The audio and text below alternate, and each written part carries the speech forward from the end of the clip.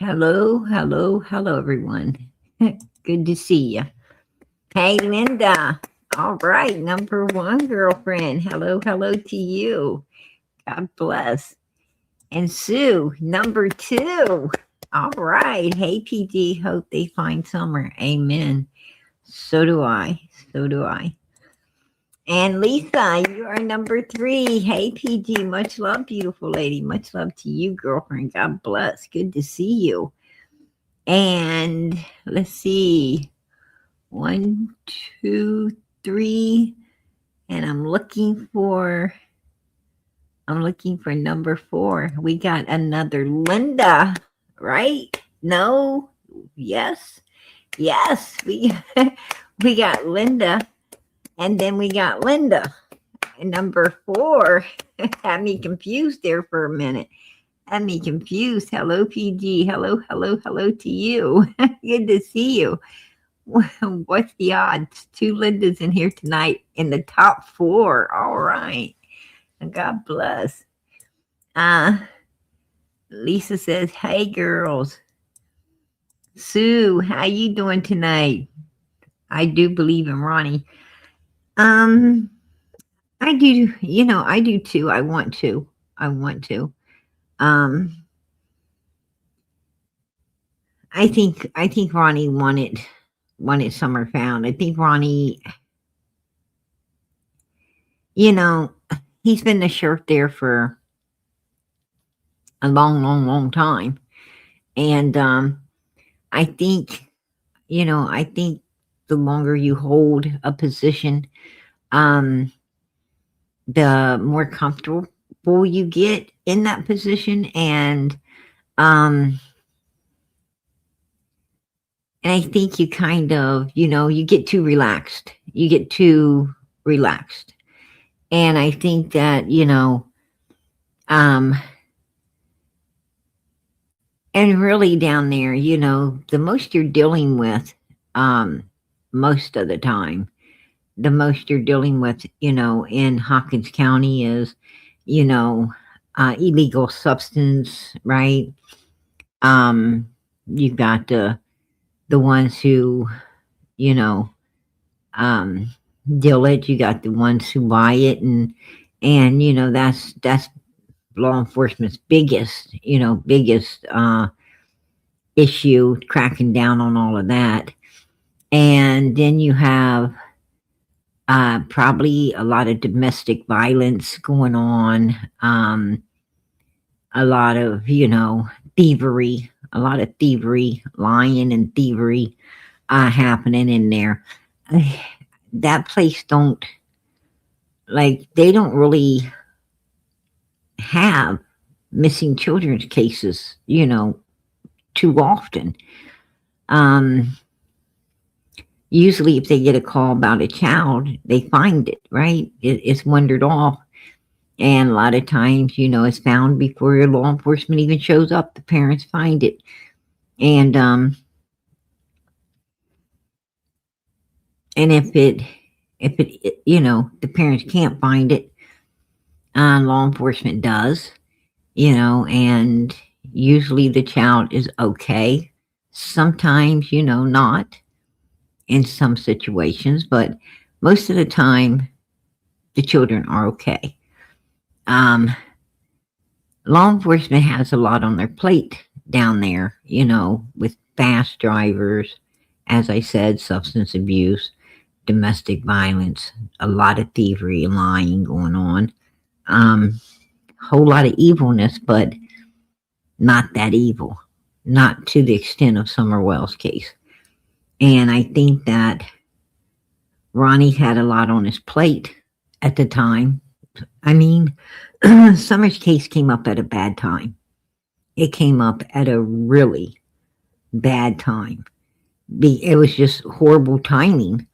Ronnie's son was in a lot of trouble, and they knew it. He had all that on his plate, and then he had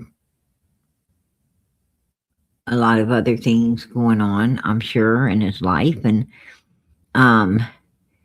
he just wasn't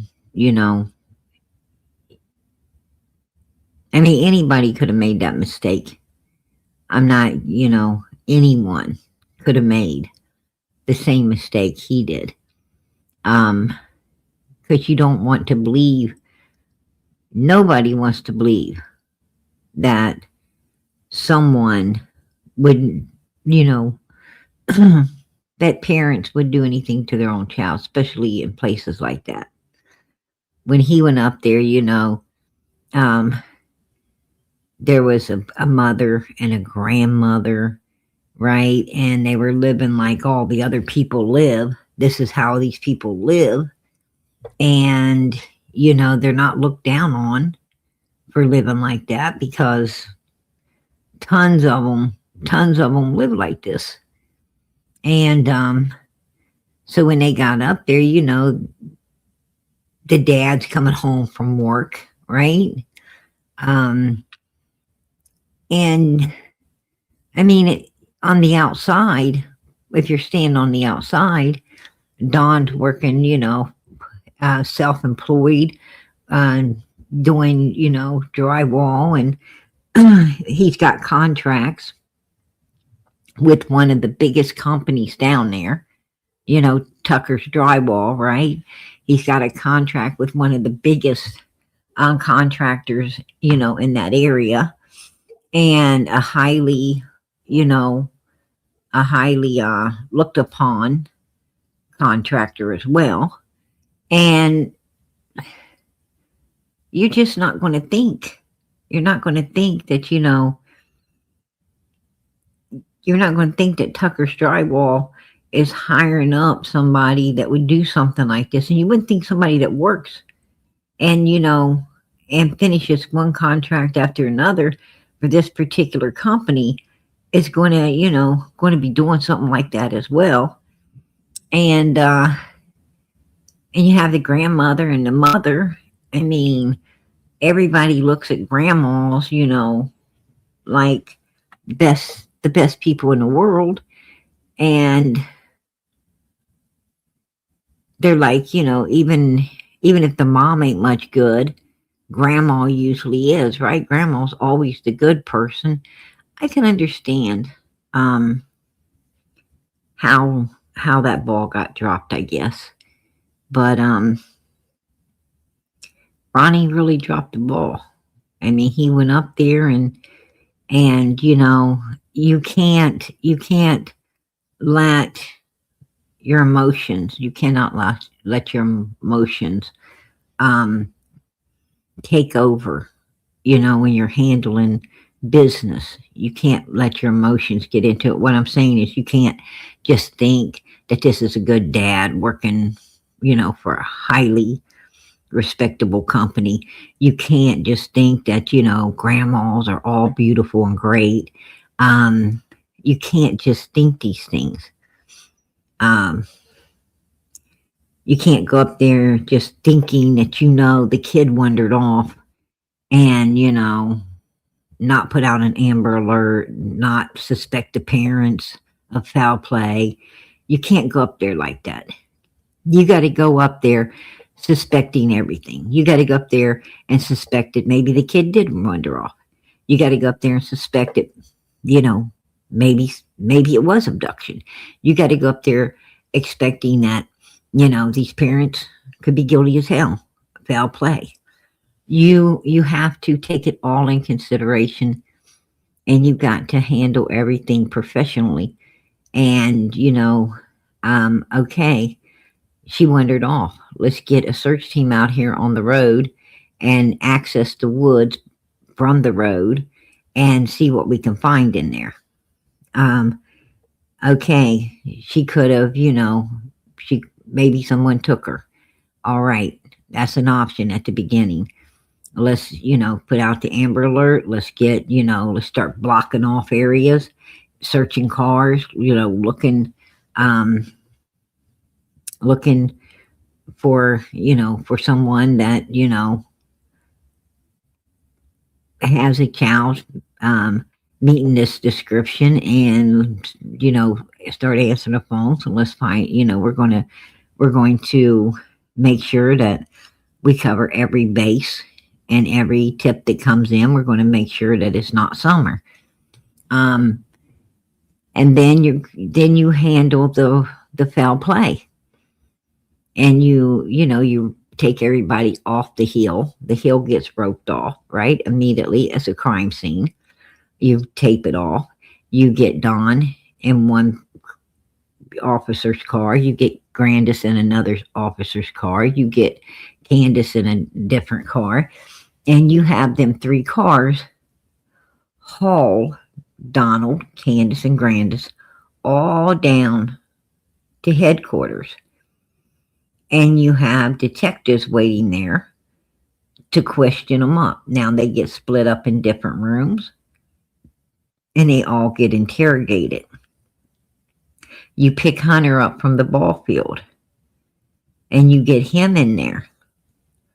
And you go pick up Allison and you get her in there.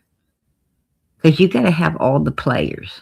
You got to have all the players in there. And you need to question them extensively. Now, the next day, you should have had Jody Sue in there. Because Jody Sue said she heard a scream. And you should have had her in there and her son. They should have been interrogated. They should have been questioned. They should have been called into law enforcement. And if they didn't want to come, then, there should have been, some charges put against them. And they should have had to pay the price for not cooperating with law enforcement. So you got to take all of these people, into headquarters. You got to make sure that you get all of those statements early on, because that's how you solve a case. I don't understand it. Hey, Brad, I appreciate this. Let's do it, everyone. Show PG some love. Hey, girl, I appreciate the support for Summer's channel. God bless. Absolutely, Molly. Absolutely. So appreciate it. That's beautiful. That's beautiful, Parker. Absolutely. I appreciate that.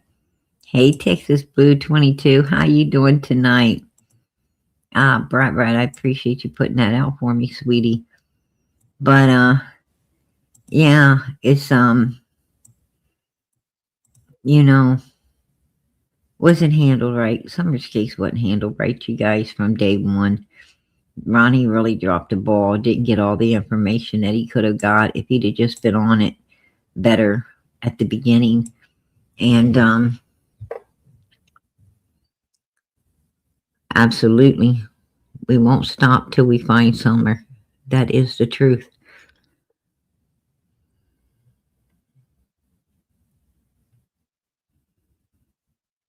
But I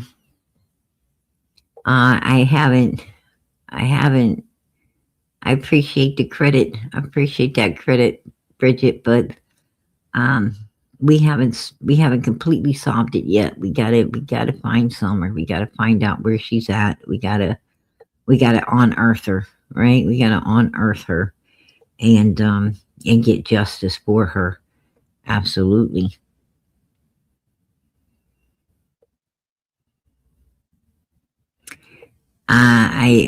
I agree with that statement.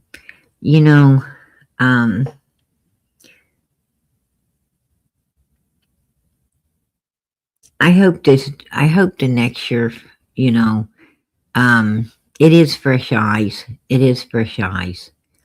And I hope, and not only that, but Ronnie Lawson is unaccessible to the public.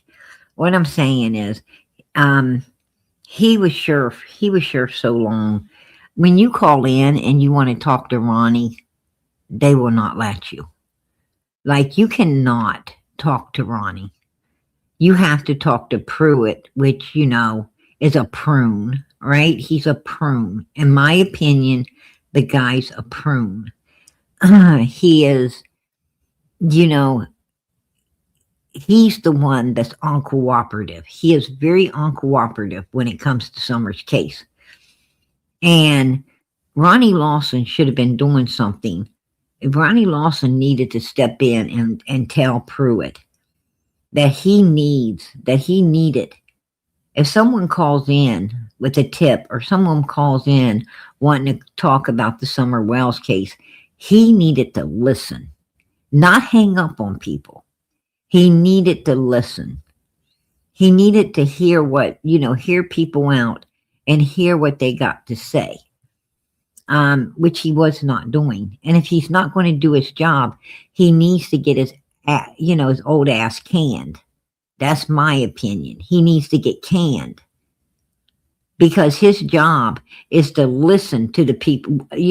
When someone if he's over Summer's case, he's the one handling her case, and someone calls in, it is his fucking job to listen to that person from the time they call till they want to hang up. He's supposed to sit there and hear this person out in case this person has something that could actually benefit and solve Summer's case. But he don't want to listen, like he knows it fucking all. And he don't know shit. Because if he knew it all, Summer would already be found and her case would already be solved, right? So he don't know fucking shit. And he doesn't take time to listen to shit either. And Ronnie Lawson should have canned his ass for handling the case the way he did as well. That's just my opinion. It was time for Ronnie to go.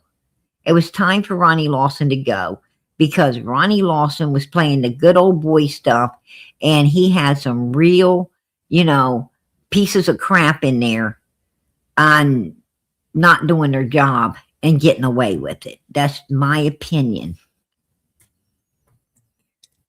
And that Pruitt was one of them. They couldn't have picked anyone worse to be over Summer's case than that, and then fucking Pruitt. And if you don't want to be a cop, go get a different job. If you don't want to be an officer, then don't be don't be wanting a paycheck. If you don't want to be a detective, then don't be wanting a paycheck. Don't sit around on your ass and want a paycheck for nothing. You got a fucking job to do. You need to be doing it. Nobody's paying you to sit around and act like an asshole, right? And that's what he was doing. That's my opinion, and I'm going to keep it. I'm going to keep it.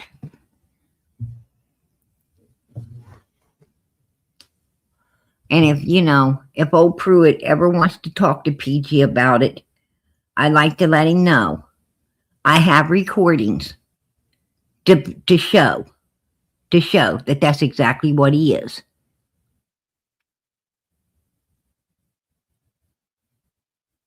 To show that he didn't want to listen. I got a recording where good old Pruitt did the click, right? Just hung up on you.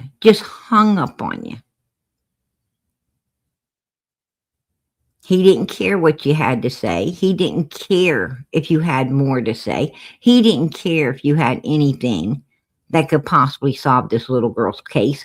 He just hung up. Click. Right? Because he knows it fucking all. Well, why isn't her case solved? Why isn't Summer's case solved, Mr. Pruitt, if you fucking know it all?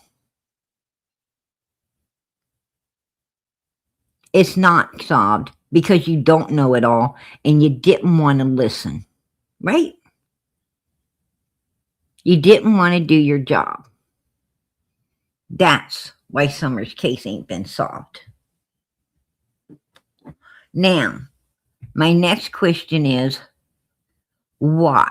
Why did you not want to listen? Why did you not want this little girl's case solved?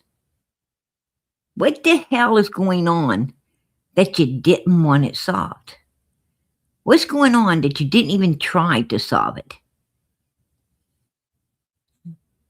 because that's sure in the hell what it looks like to me. And I don't understand why that the outside wasn't brought in. I don't know why they didn't bring outside law enforcement into Hawkins County to figure out what the hell's going on with this little girl's case.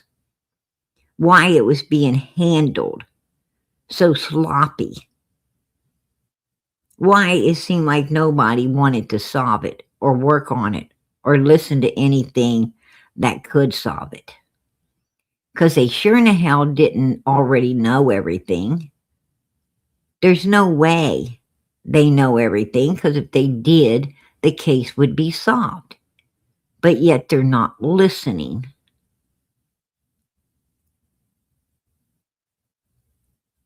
They're not wanting it solved. And you have to ask why. What the hell's going on? Something, there was something haunting about Summer's case from day one.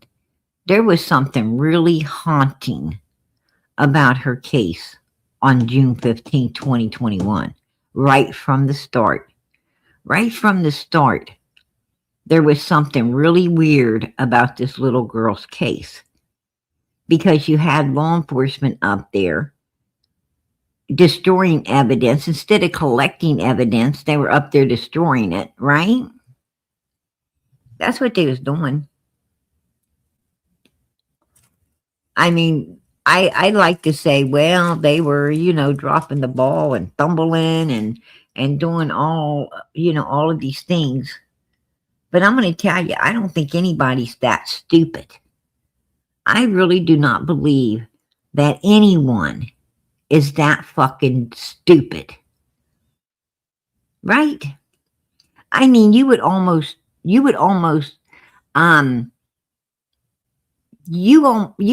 have to have a horse in the race to destroy everything as fast as they destroyed it, right? And let us remember that this little girl didn't even have a reward fund 2 or 3 months, and they were already trying to take it. As if they didn't want that incentive to be there, because they were scared somebody was going to talk. And it wasn't Don and Candace trying to take, it wasn't the main suspects trying to take Summer's reward fund away. This was the damn city. This was Hawkins County. This was, the people right there. The fucking main officials. Right? The main officials was after this little girl's reward fund from day one. Right?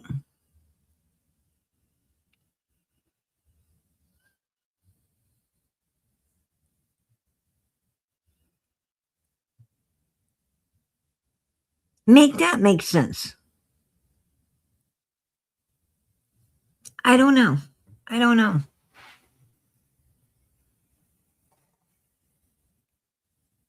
just don't see how somebody can mess everything up so quick. They went straight up there. And, wrecked the crime scene, right? Just wrecked it. They stayed right there in that little area.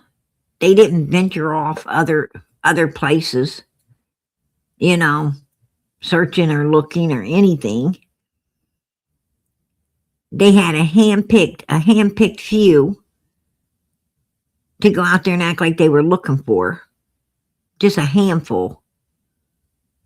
I was wondering if they could actually spare that 5 or 10 people that was out there walking around. I see most of them on the damn road or the side of the road, and they're standing on the side of the damn hill, right? They're standing on the side of the damn hill where you could stand there and see everything anyway. I mean, It's like, it looked like a fake search. That's what it looked like to me. It looked like, some throw together bullshit, fake ass searches. That's just my opinion. And all they wanted to talk about is how rigorous it was. You know, how hard this is. You know, don't tell me you're grown ass people. You are grown ass adult people. And I'm going to tell you now, we all know that elementary children, right? The school takes elementary children on field trips, and they take them to, you know, out to forests, right? They take them out in rough areas. They call it nature. They take them on nature walks. They get them out there and they walk them through a bunch of damn trees, right?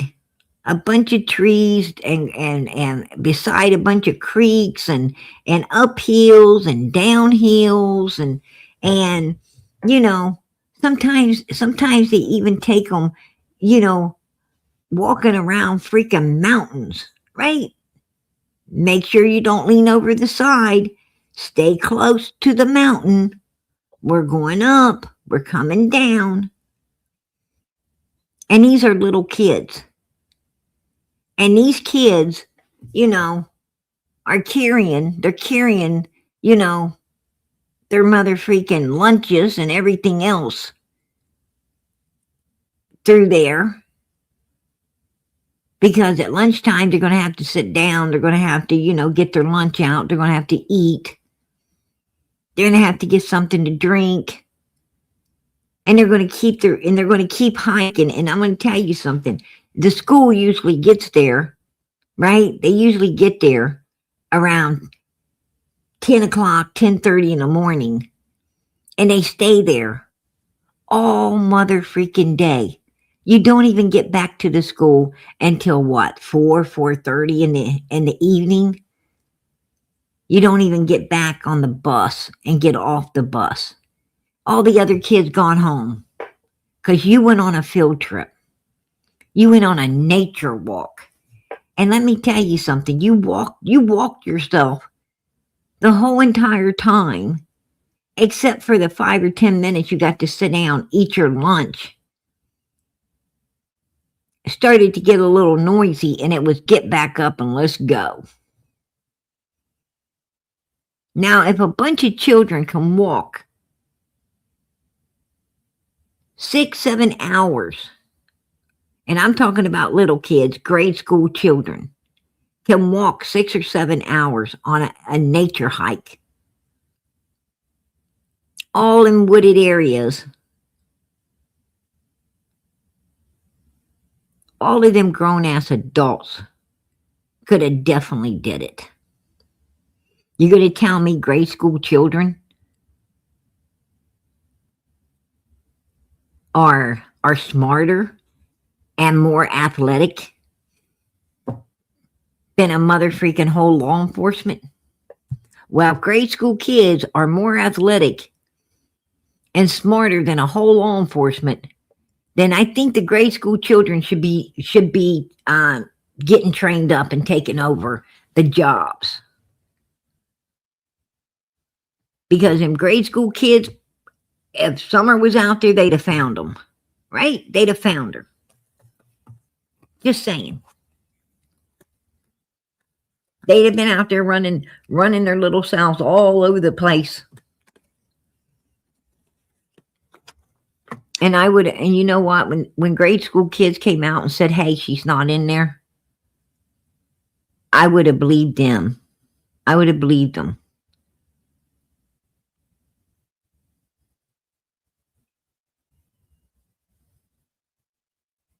I would put more trust in grade school children than Hawkins County law enforcement, who went down there, messed up the search dogs. They already had police officers up there, but these police officers wasn't saying get all these dogs and lock them up in one of these sheds. We're going to be bringing in search dogs. We're going to be bringing in cadaver dogs. You need these dogs put away. Get them put away now. No, I don't know what the fuck they was doing.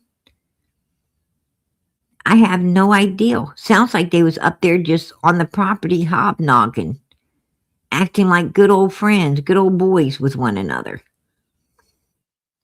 And more officers coming in and more officers coming in, and they was all just coming in to, to be nosy, to see what's going on, because that's where all their buddies were, and they all wanted to buddy up. And they was all buddying up on Ben Hill Road, but they wasn't getting nothing done. And it's like, it's almost dark when they finally get some search dogs in there to run around in the dark, What is a search dog going to find in the damn dark?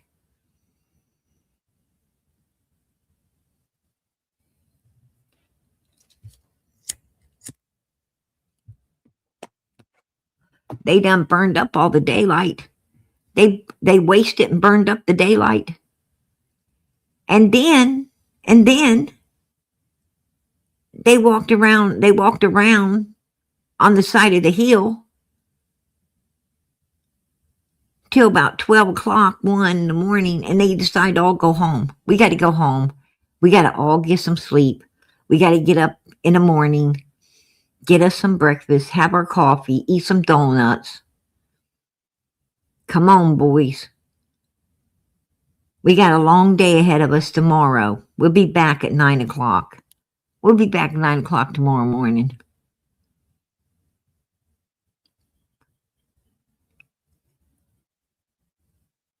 You'll be back at 9 o'clock. I think that little girl's name is Summer Moon Utah Wells, not Dora the Explorer, right?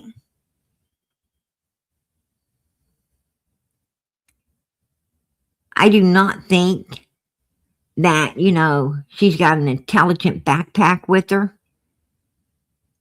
that's holding lunch and juice boxes and a big tent, some pillows and a blanket to hang out in the woods all night.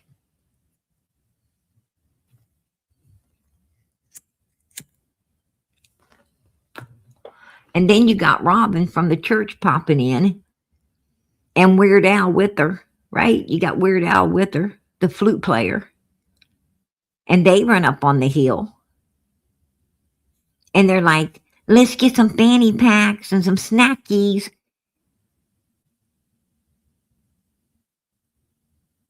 And have a picnic in the woods.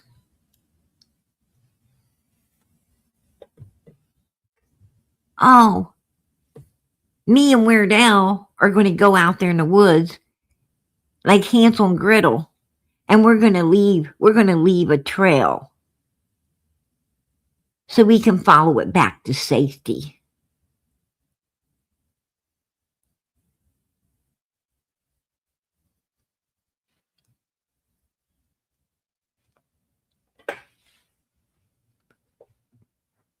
Make that make sense. It's like all of these people seem to think it was a game, some kind of a game with this little girl's case.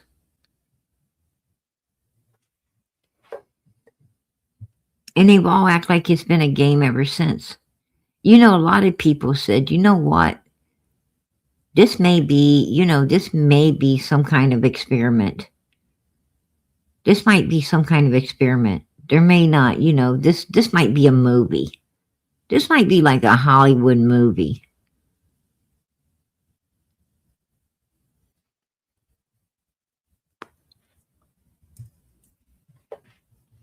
Yeah.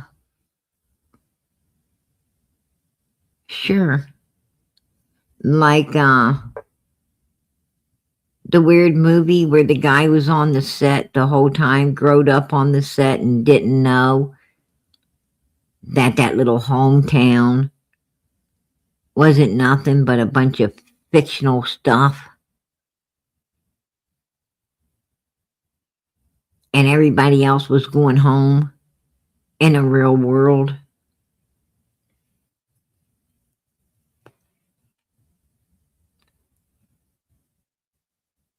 And I hate to say it, but you could almost believe that the way the way that, the way this case has been ran, right? I mean, it seems like that could almost be plausible because no one can believe all the bullshit that has conspired in the Summer Moon Utah Wells case. It's like on freaking believable. That's what it is. Unbelievable.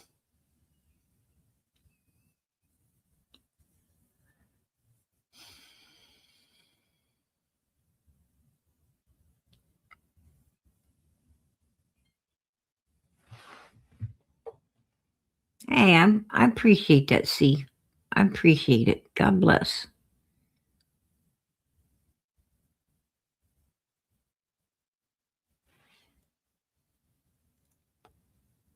Hey May, how you doing?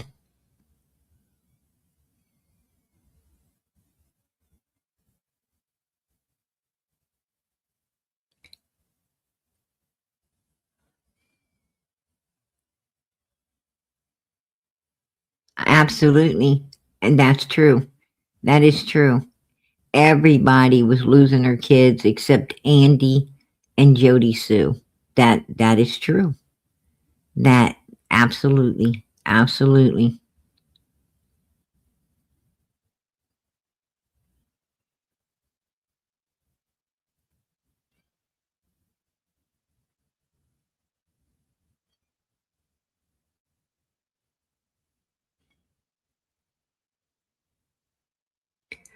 I that I think because of his son.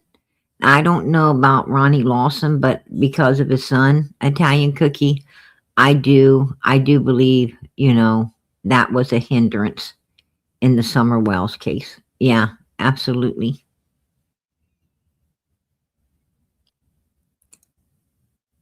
Yeah, staged to make money. Absolutely.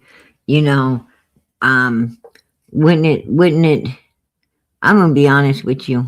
Wouldn't it be beautiful if it was? Wouldn't it be beautiful? I wouldn't even be upset. If it was a big stage to make money in Hollywood, I wouldn't even be upset. It would be a relief to find out it was a movie. But you know what? I think it's a nightmare. I think it's a nightmare, and I think that you know, um, those scary movies that you watch where the whole mother freaking town is all in cahoots, and then these out of state people that's passing through, they get pulled over by this creepy law enforcement, and they have to, stay. They ain't allowed to leave town until they see the judge, and they have to stay at some creepy hotel place. And all of these people are weird, and staring at them, and the next thing you know, they kind of disappear off the map, and their family comes looking for them, and out of state law enforcement comes in looking for them, and nobody seems to be able to find them, and at the end of the movie, you see a new family coming through and getting pulled over, and the same shit's going to happen to them. That's what that place reminds you of, right? It reminds you of one of them creepy fucking scary movies. Just saying.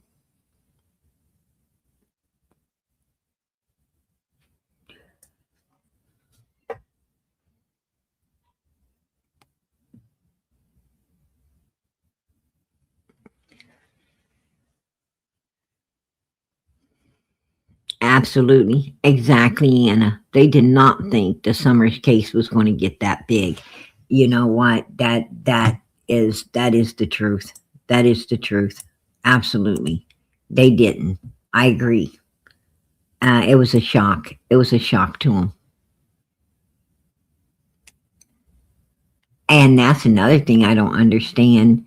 They act like yeah, why was the 911 calls never, you didn't get to hear Don Wells talking on a 911 call. You did not get to hear Candace Wells talking on a 911 call. They act like that shit was evidence. Well, if it was evidence, why was it not ever used? Right? Why was there a paper?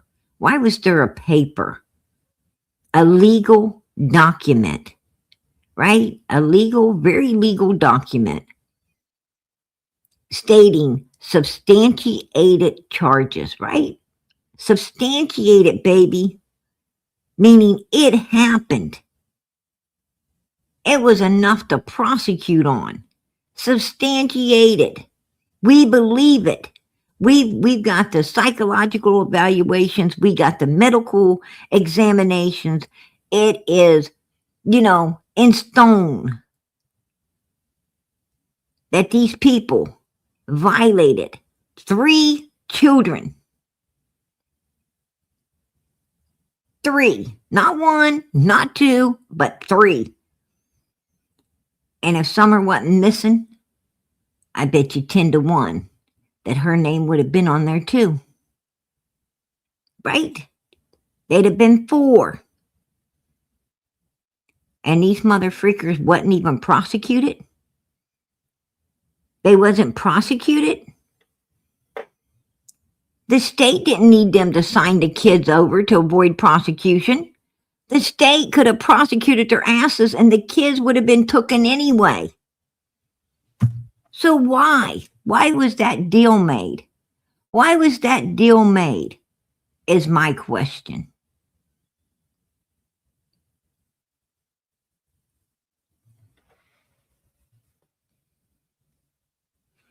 There should have been no deals.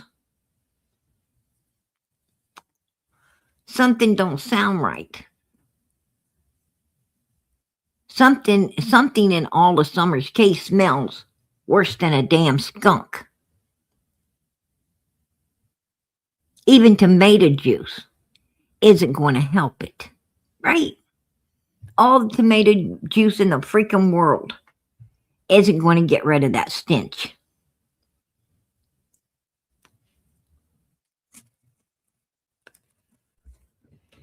There ain't enough soap and water in the world. There ain't enough soap and water in the world to just get rid of Don and Candace's stench, let alone the stench in this case, right? Just saying. I don't either. Anna.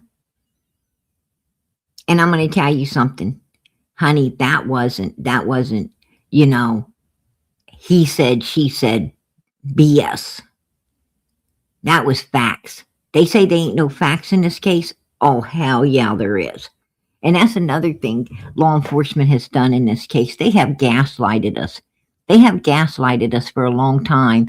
Like, they ain't got enough to charge anybody with. They ain't got enough unsubstantiated evidence to, to charge these people and, convict them and put them in prison. I think we saw a document that said the hell if you don't. Right? Put out by Candace. Right? It was brought to you by Candace. Oh, when they say can, oh, she did. Right?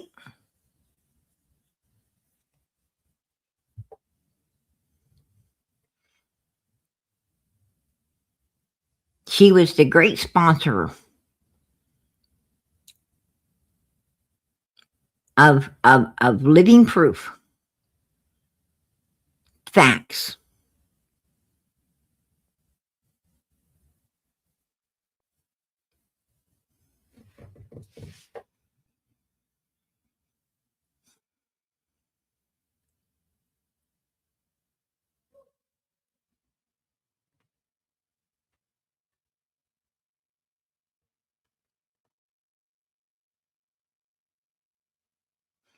Oh yeah, absolutely, absolutely, Karen.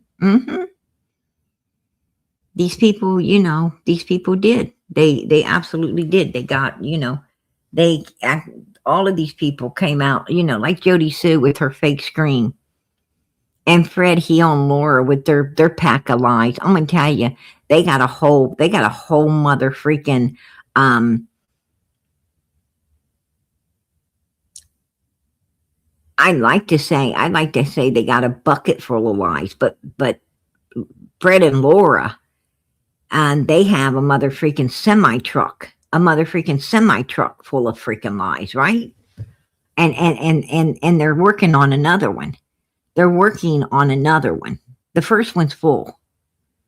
Now they're working on a second one.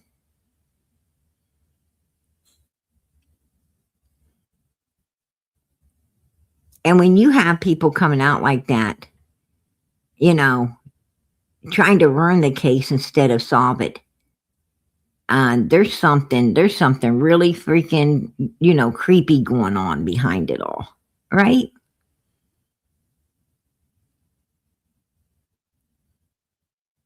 Absolutely.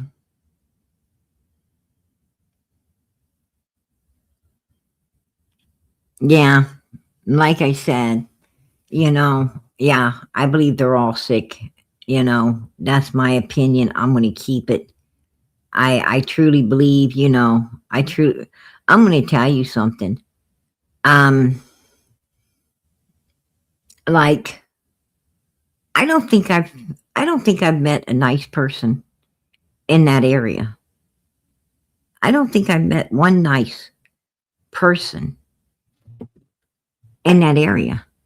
You think they're nice, but when you observe them or research them, you find out, you find out they're not freaking nice at all. There's something going on with these people. They're, there's like, they're mother freaking hateful, deceitful, mean, evil. There's something wrong with the whole fucking lot of them, if you ask me. Like I said, the place is like a scary fucking movie. You got all these people, some staring at you like weirdos. Then you got other ones that, are smiling at you like they might be friendly when when they're not. You know, they ain't. As soon as you turn your back, you don't want to turn your back. You got to keep it against the wall somewhere, staring at them.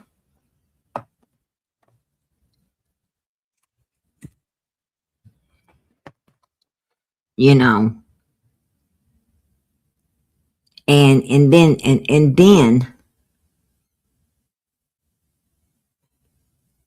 make you feel like you're paranoid, No, you got damn good reason. You got damn good reason to be paranoid around there, right? You got damn good reason to be paranoid um in that place. Those people are really weird. It's like, I don't know, you know, it's like they walk around in the day looking normal, and at nighttime they turn into something else, you know? It's all freaking creepy. Just saying. Now, I can't speak for other counties, but Hawkins County, straight up weird. Straight up weird.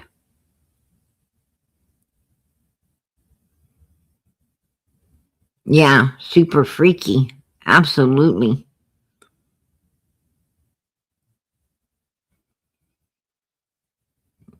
Yeah, wrong turn. Exactly. Exactly. I'm going to tell you, you know, I've seen some really creepy movies about small towns like that. I've read some books about small towns like that. There's some true stories about small towns like that, right? like one town. There was one town where they were actually pulling. They really was pulling people over and taking them into custody, and they were still in their vehicle, and they were putting these women and children in work camps, right? And having them do all kinds of weird stuff, and they messed up.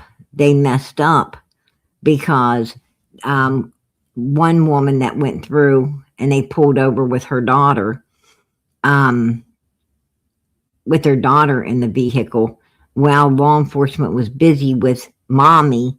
The daughter called daddy so he could hear everything going on, and she shoved the phone down, between the seats so it couldn't be found, and because it had a tracker on it, and daddy, being from another state, takes law enforcement down there to that state, and he's able, and they said, "Oh, we ain't seen your wife. We ain't seen her. Nobody like that's come through here," and giving him a big bunch of BS. They were able to find the car because of the phone, and they pulled the car out, and then gave him an ultimatum of give up the mother and the daughter, and then they brought in real law enforcement in there, and found all of these people, shut it all down and everything, which is a true story out of one of them down south states. And anyhow, long story short, the only reason that it was all shut down and everything is because the woman's husband, he was something, he was something big. They had tons of money, they had plenty of pull, and but if they would have been poor, if they wouldn't have had all that money, and they wouldn't have been the big wigs that they were, well, they wouldn't have, daddy wouldn't have been able to do nothing, right? Daddy wouldn't have been able to do anything if he'd have been a poor person. The only reason that they was able to solve that up and free all these people and clean up what was going on was because, they pulled over the wrong person. One wrong person busted it all.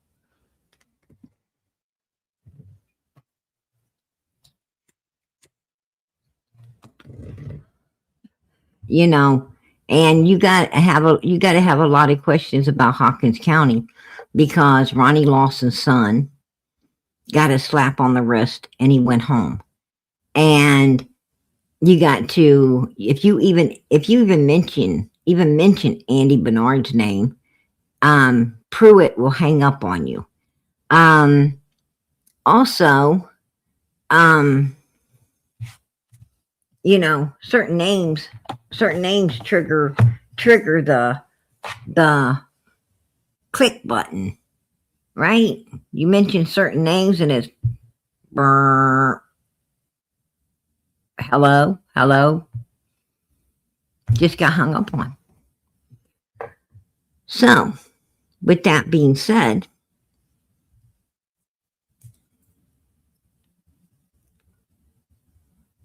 what do you do? Now, I'm going to name you some things that makes me suspicious. One, the substantiated charges on the Wells. Two, the fact that Don Wells sitting there telling law enforcement he knowed for a fact his daughter wasn't out in those woods. Well, if you know for a fact she's not out there, then you got to know where she is. But they still didn't arrest him, right? They still didn't arrest him. They didn't do nothing but play games the whole time this little girl's been missing. lying, trying to take the focus off them, put it on everybody else. They still ain't got arrested for that. Don Wells even had the audacity to come out here and tell everybody, you know that guy works for? Do you know old man Tucker? Now this is Don Wells' words, not PG's. Well, I'm going to tell you about old man Tucker. He called me up, very upset, talking about a $5,000 video I sold of him, doing bad stuff with my daughter, right? Said everybody's going to call me the name that they call people who touch little kids. Ha ha ha ha ha, says Don Wells. Ha ha ha ha ha, says Candace in the background. But they're still free. They literally came out here in the YouTube world and is on recording that they was trafficking their child to a bigwig in Hawkins County, and they didn't even get taken into law enforcement and questioned and interrogated about it, right? Didn't even get interrogated. Nothing. Well, I don't know if he's a liar or not, to be honest with you, because I'll tell you why. I seen that paper, that document that said 1, 2, 3, definitely essayed, okay? Definitely essayed. There you go. Right? And the other, the little girl completely missing. The little girl's completely missing. Right? But all 3 of the ones left. Essay.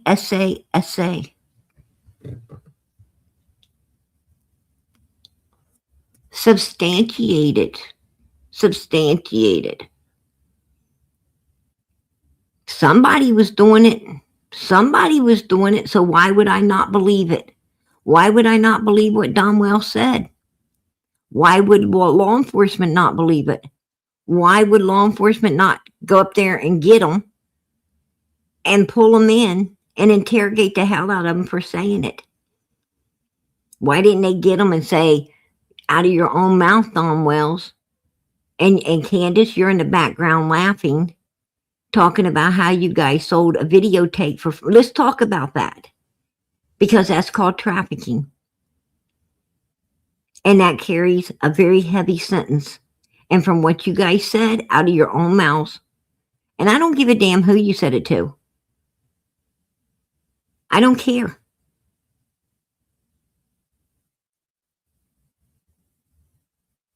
Because in our book, you said it to everyone, including us, which is law enforcement. We were listening.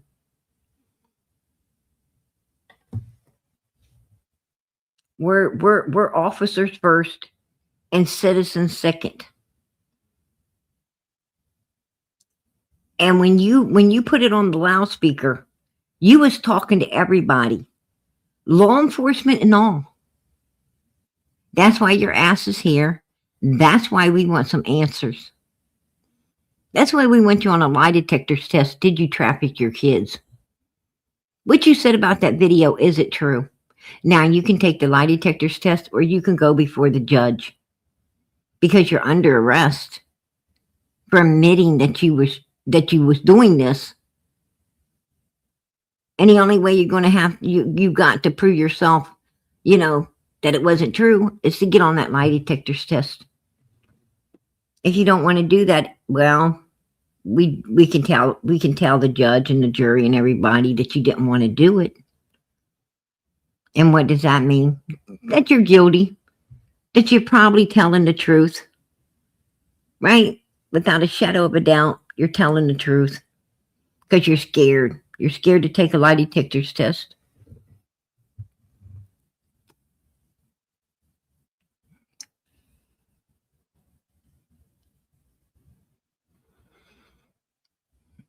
According to Jody Sue, I don't know. I don't know.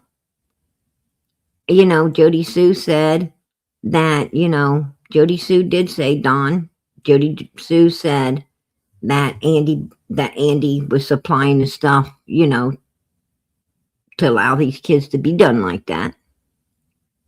And Jody Sue did make a statement that, that Andy don't like teenagers. He likes preteens, which means younger than a teenager.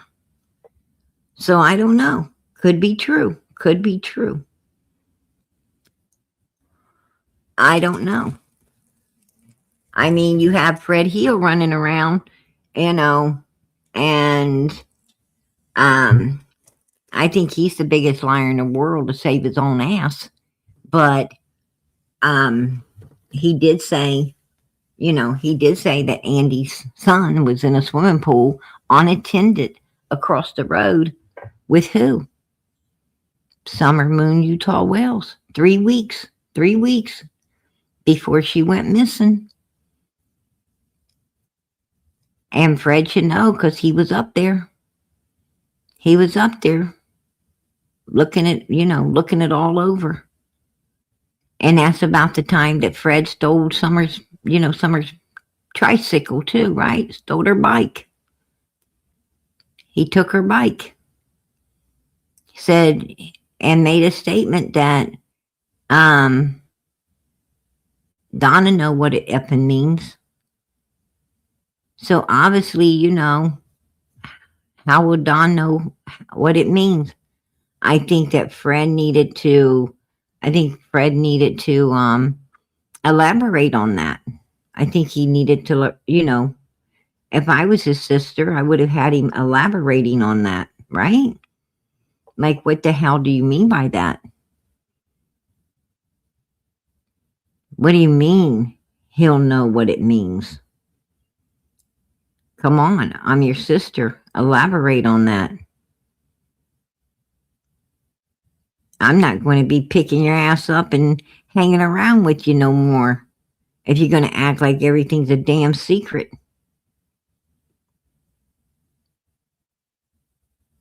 I'd have got him to talk. I'd have got him to run his mouth. I'd have turned his ass in. And that's the truth. I wouldn't care. I wouldn't care. Anybody disgusting enough to hurt children need to be out of our society and locked away. Right? They need to be locked away where they don't have no access to no children at all. I mean, Hawkins County down there seems to be, harboring these people. They harbored them.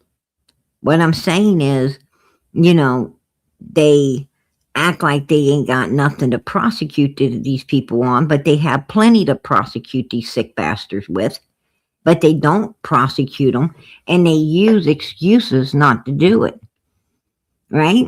They use excuses not to prosecute. They use excuses to allow these people not to even be on a register's list, so they can go out there and violate more children. Right? They can because no one knows. No one saw the paper, right? Nobody saw the substantiated charges. This paper ain't hanging up on the women's bathroom door. It ain't hanging up on the men's bathroom doors. Watch your children if this person comes in here.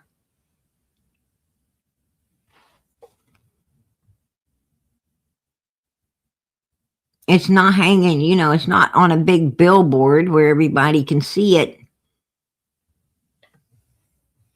and understand what's living next door to them, out back of them, out front of them. It's, there's nothing to tell these people that your children are in danger. Because you got big weirdos and sickos living up there. that already have substantiated charges of violating other kids already.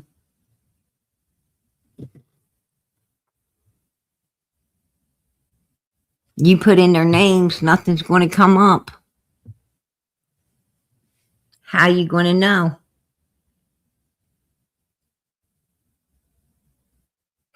You don't know not to trust them if you haven't saw the truth. You don't know not to trust them if they're not on a register's list. You don't know not to trust them if they ain't been prosecuted and put in mother freaking prison for violating children. It should be an automatic, your ass goes to fucking jail if you do anything to a child. In any way, form, or how. You abuse a child, you go to prison.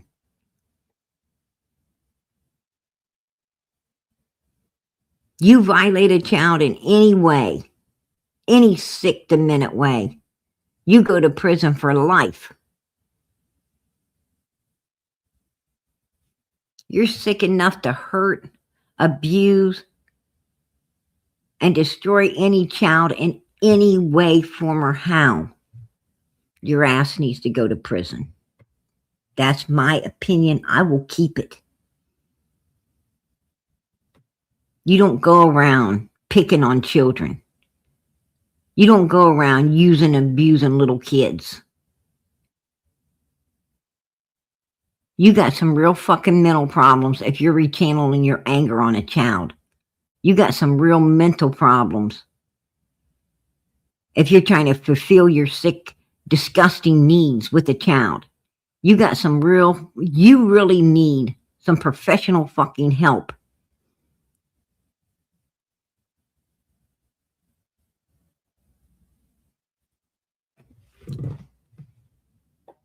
If you do anything other than love and protect your children.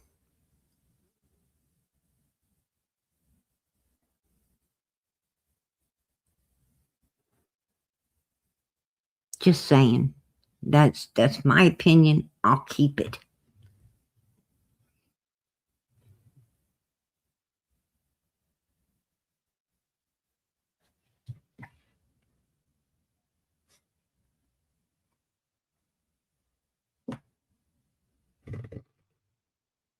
There is one case he hates to leave unsolved.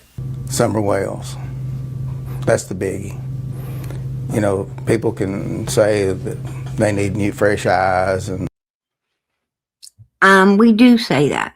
We do say that. We do need fresh eyes. Absolutely. We need somebody that is accessible to the people. We need somebody that isn't a good old boy with everybody else and turning a blind eye to all the bullshit.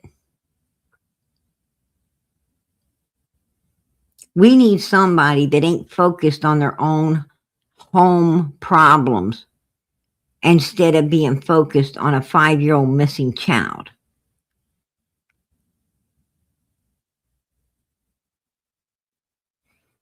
We need somebody that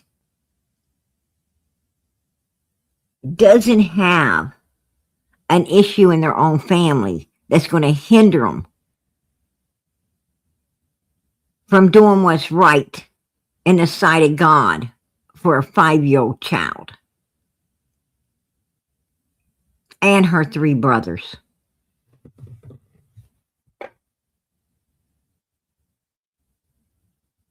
We need somebody that isn't going to be worried about humans saying, oh, you're prosecuting up other people, but you don't want your son to be prosecuted.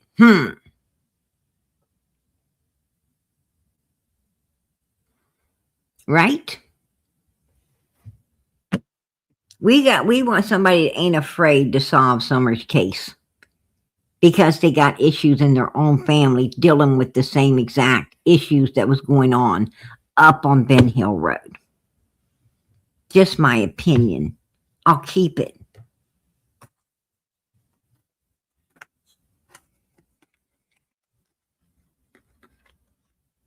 I think Summer's case came at the worst timing. But I think a new sheriff is coming in on good timing. Maybe the new sheriff can correct all the wrongs.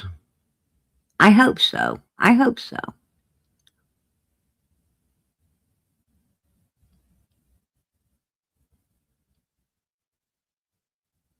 Because I know he hasn't got anything. He hasn't got any reason not to be solving Summer's case. He ain't got no dirt swept under the carpet to keep from solving Summer's case, right? Just saying.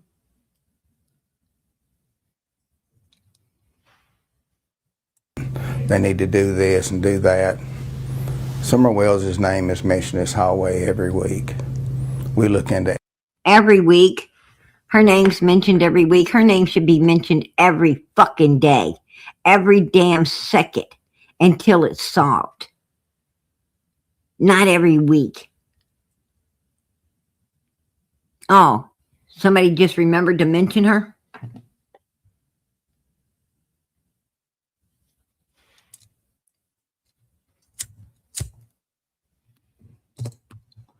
I bet it is mentioned. I bet it is mentioned. Probably by Pruitt. Oh, somebody just called to leave a tip and I hung up on that asshole.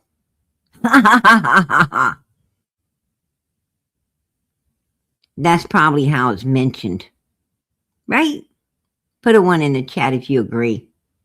Because I agree with myself. That's my opinion. Somebody's being a bugaboo in the Summer Wells case again. That's probably what the hell's going on. Right?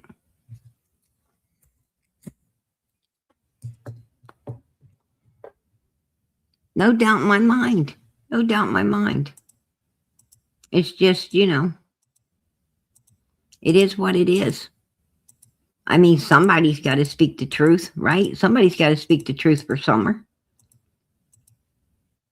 All these people around her. Nobody else, nobody else. She's got, her parents ain't doing it. None of them other suspects, Jody Sue's, Andy's, Brad Hill's, Laura's, none of those are speaking for her, right? Hell, law enforcement don't even want to listen to any tips coming in that might solve her case.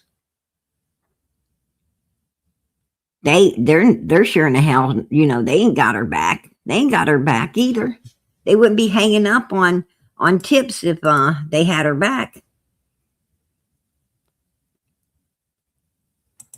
Just saying.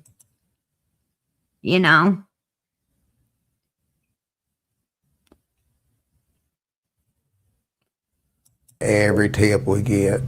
Nobody wants to find Summer Wells more than me.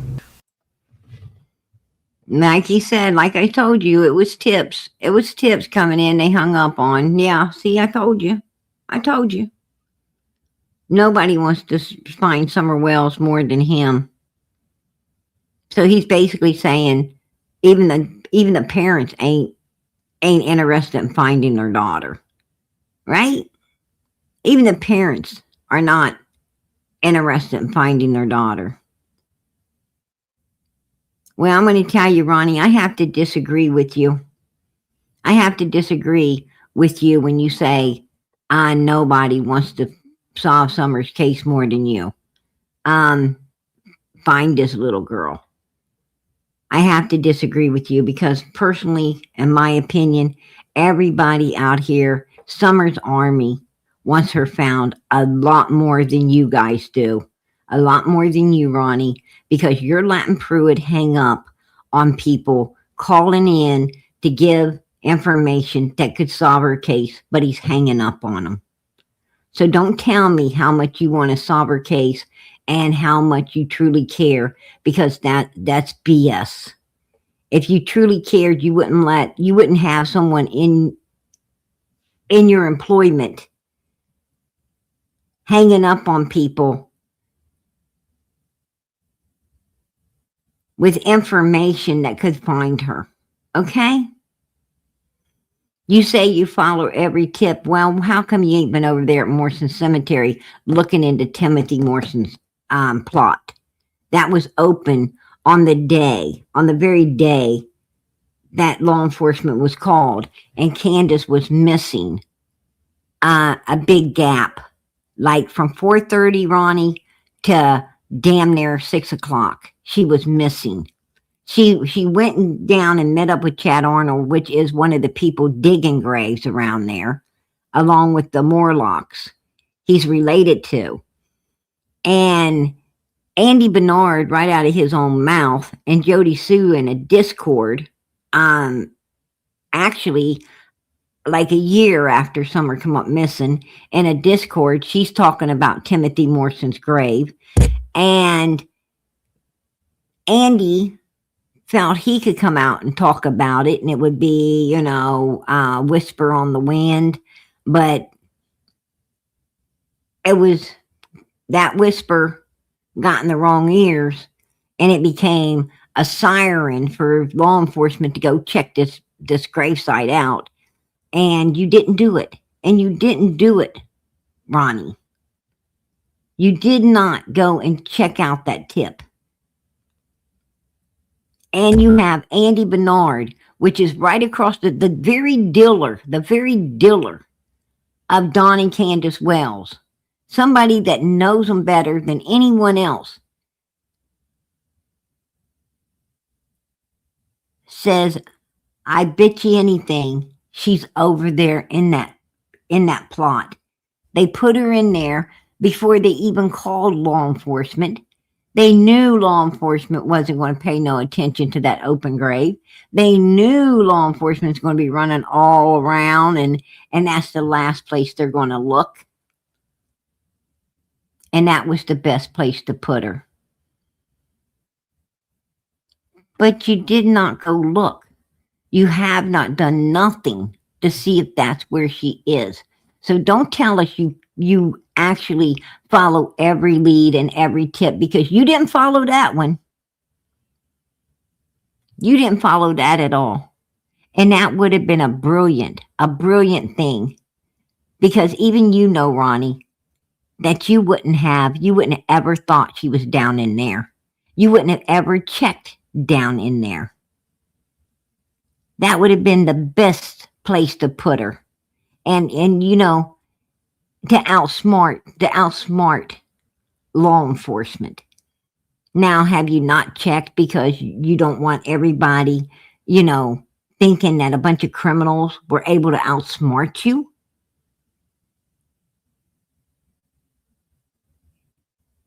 You're not following the lead because it might look bad that you were right there when it was open and didn't even check it. So this little girl's just going to have to stay there for eternity instead of being found, so her brothers can get closure, so they can understand they had nothing to do with everything that went down, and they can live a better life. Haven't they been through enough?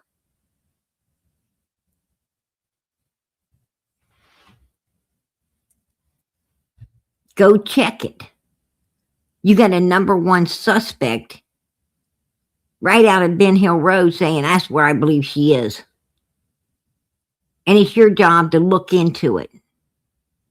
But you didn't.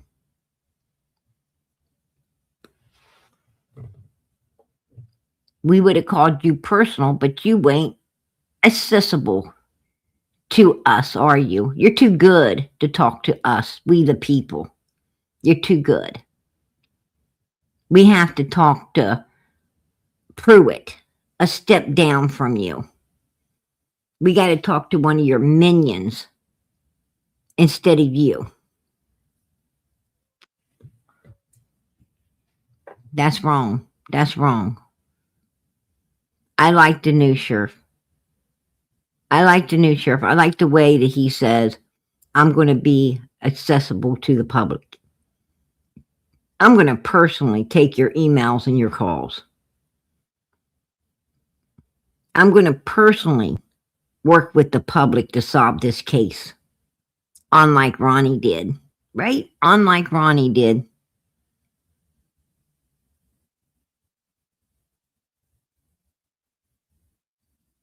And I'm going to tell you something about this new sheriff. If he gets wind that Pruitt's hanging up on people instead of listening to what they have to say that might help Summers' case, he's probably going to can Pruitt. Pruitt probably ain't going to have a job no more.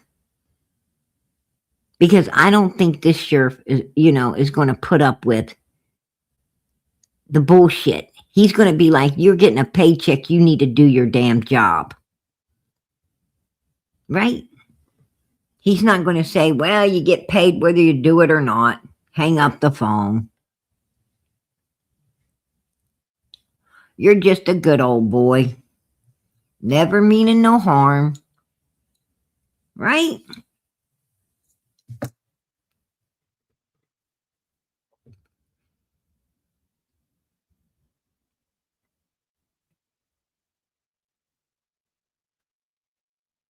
I hope so too.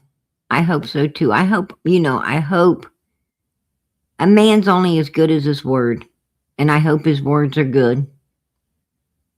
Right? I hope his words are good.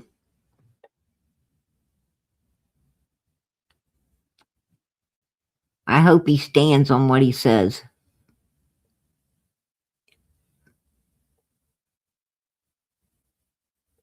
And I really do not believe that Hawkins County did everything they could do to solve Summers' case. I think that they fucked up big time. And it sure seems like it might have been on purpose. It sure seems like it might have been to save a lot of people who didn't want to go down with this case. That's my opinion. I'll keep it. This is America. I'm allowed to. Oh, yeah. That district attorney? Absolutely. Absolutely. You know, he looked a little fucking shady, didn't he? He looked a little fucking shady, too. That's my opinion. He was looking shady. He looked like a liar. Like he had something to hide, you know? I mean, he didn't have a trusting face, right? He did not have a trusting face.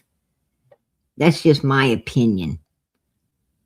I didn't like, you know, it's like he was trying to, you know, bullshit and gaslight everybody. Oh, you know, I don't want to prosecute without the victim. We like to have the victim. Oh, okay. You're going to leave SA1, SA2, SA3, you know, out there to continue, you know, and if Little Summer wasn't messing, it would have been SA4. But you're going to leave the SA out there, turn loose in a freaking society because, you want the victims. Well, I think you got 3 of them and you wasn't prosecuting, right? You got 3 of them and you wasn't prosecuting. Why did you need to find Summer when you had 3 boys that you could have prosecuted on? Don, Candace, and I truly believe Grandis as well could have all had life sentences in jail right now just on the 3 boys. That's 3 counts. That's 3 counts.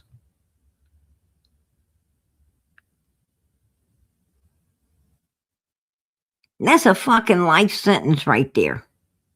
In prison. Why did you not prosecute on it? You had all 3 of those victims.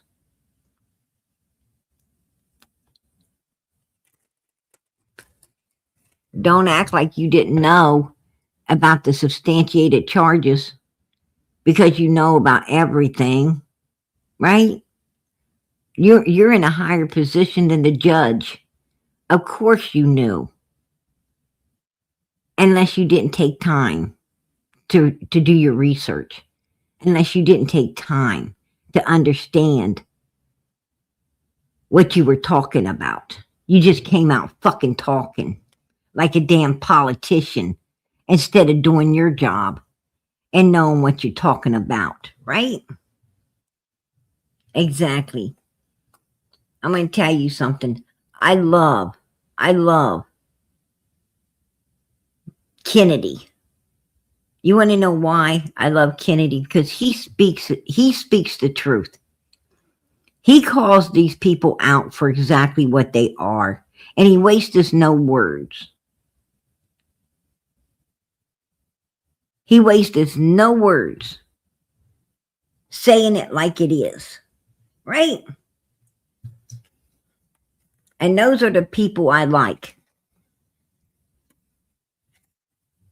I love people that have no damn problem telling you how the law needs to be upheld. And the people behind the law needs to mother freaking enforce it and make sure that it gets done. And stop sitting around like a bunch of fucking weirdos and cowards walking on their fucking eggs in order not to do their job, but still collect that big paycheck.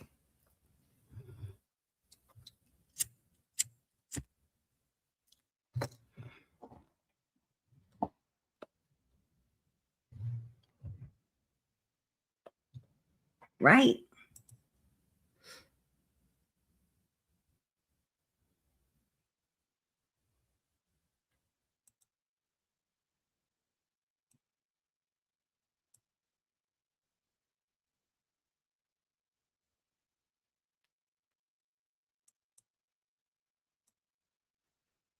I hope you do. I hope you do, Don.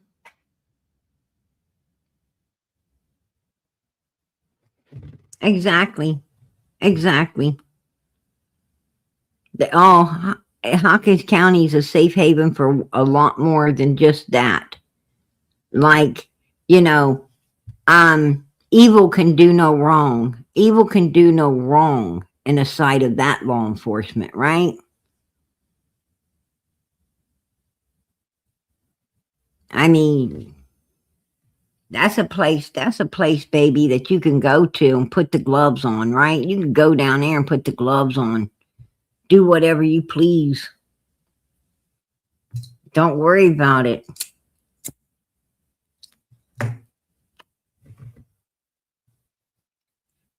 You could be a thief, you could be a liar, you could be an abuser, a user, right?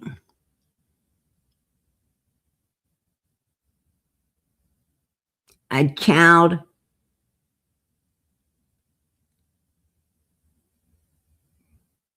predator, right? Yeah, you could be it all. You could be it all. There is no law. There is none. They cover it all up.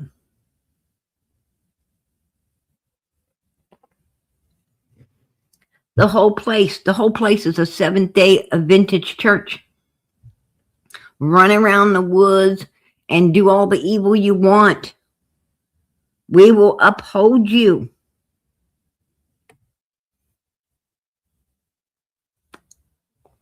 Right? We'll uphold you. We don't uphold the law. We uphold the evilness. As long as you go to the church and say, "Oh, I come up here to say, Lord, forgive us for the stuff that we do. I'm really grateful that the Lord is forgiving and loving, and I'm super grateful that the law is the same way."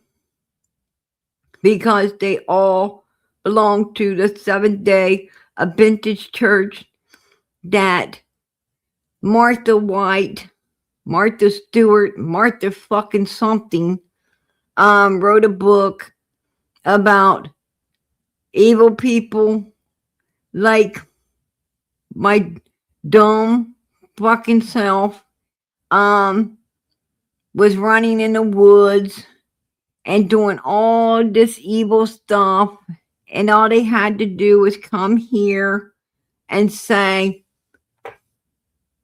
Lord, I'm glad we just asked for forgiveness. That's it. I'm done. I guess I'll take my seat now. My name is, in case you somebody's news here, my name is Donald Wells. And we have a missing child, but we don't want to go to jail, so we don't want to tell you guys the truth. Not today. Not ever. But it's good to be here. My wife can't talk because she's a fucking liar. She tried to break my fucking door.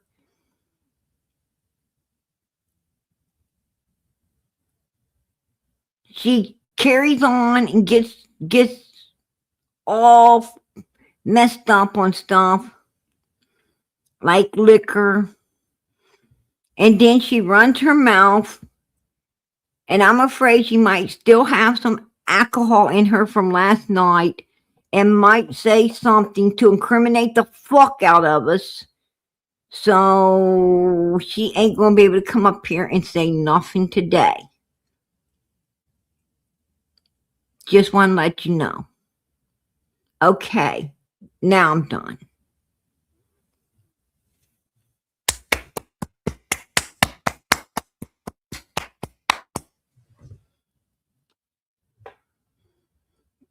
That was Donald Wells, the good old boy. Son, it doesn't matter what you did. You asked for you said that the Lord's here to forgive you, and he is, and next week when you're chasing the kids down the road, videoing them, and really focused on them for God knows why or what reason, and the big people come out, and you get scared and you turn to the side, because you don't want nobody to see you being, what you are. And your old lady doesn't get the memo, but finally does and runs away too. You can come back and get forgiveness for that too. You can come back next week and have another speech. Right?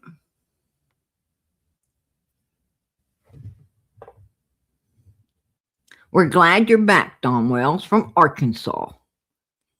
We saw you on the video saying really bad things to your grandson, and seen that a woman with her 3 children disappeared.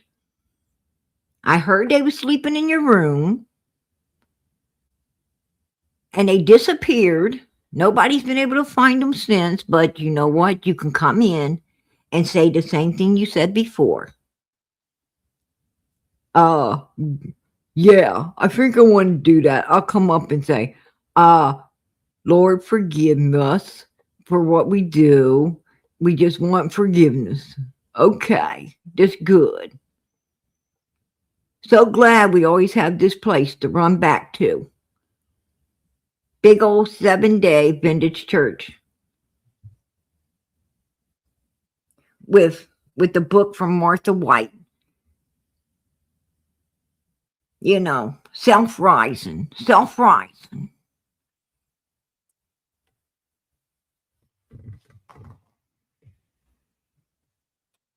If you can't get it up with Martha, you won't be able to get it up at all.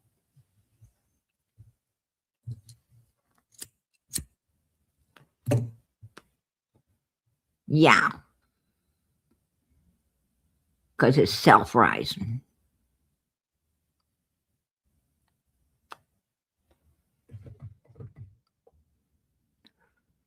Now, Don wants to break the bread, right? He wants to break the bread. Didn't want to bake it, just break it.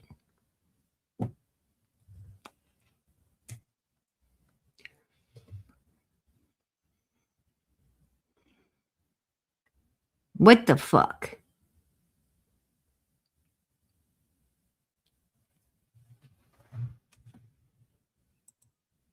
Unbelievable.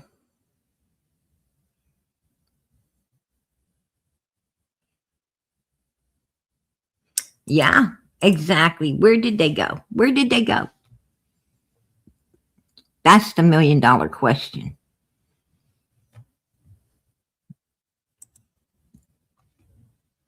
Because we ain't been able to find them. We haven't been able to find them since Don and Candace. They disappeared. You know, here's the funny thing. They disappear right when Don and Candace goes and meets up with Lisa J, who had already been contacting an RSO.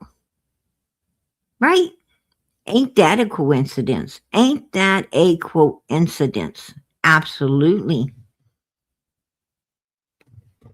Yeah. And forgive. Oh, that's exactly right. That's exactly right. Right? Oh, Donnie has to go up there and tell him. Oh, and I need forgiveness, preacher, for loving the color red, especially red bloomers. And I'd like to sniff them and hide them in my pocket when the police show up. I forgot to tell you that. Oh, okay. Cool.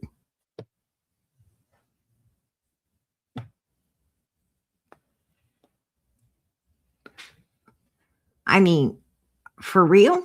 For real? Are you kidding me? Unbelievable, right?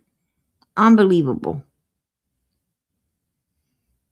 Oh yeah, he was asking for forgiveness when he was up there before the congregation. You know, he didn't go up there and ask. He didn't go up there and say, you know, hello everybody, my name's Dawn Wells, and I've got a 5-year-old missing little girl, and I need all your guys' help to come out and look for her, to come out and help find her. I need all y'all's help putting up billboards and passing out flyers. And if you could fix a picnic table full of food for everybody up in there searching, we would be so appreciative. If you could bring extra water and soda pops and all the stuff. If you could spend some time up there frying up hot dogs and hamburgers to hand out to all of these people searching and getting hungry and thirsty. We would so appreciate it. We want you up here. We want your help. We need your help. Please help us. Our daughter's missing. God be with us. We ain't ever asked for nothing, but we're begging today that you help us. No, he doesn't go up there and say that. He goes up there and says, we need forgiveness. I'm just glad that I can come here and feel like I got it. I'm scared. God knows I don't want to go to prison. That's why I did the dirty fucking deeds that we done and hid it away so we didn't have to.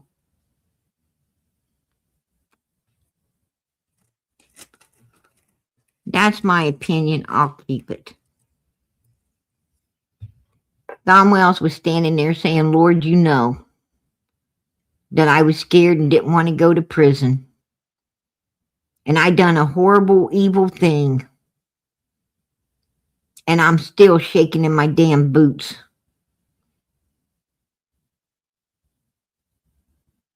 Because you are a powerful God and people are praying that it comes to light, and I'm sitting there praying that it don't.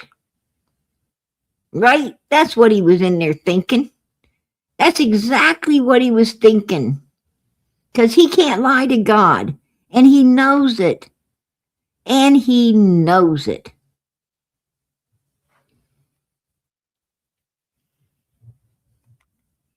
Absolutely. Hey, Australia. Good to see you, girlfriend. I'm here, PG. Oh, it's good to see you, girl. God bless and much love. I hope you had a wonderful time. Oh, there you are. You're in my backstage, girl. I'm bringing you up. What are you doing? Classic. Did you have a good time? Not Visiting? really. Not Oh, not really. It was nice, but it was also horrible. Dad's turned into he's got dementia. right. He can be nasty. Oh, really? He's sick, but he's not coping very well. Girl, So you are describing about half the world. yeah, no.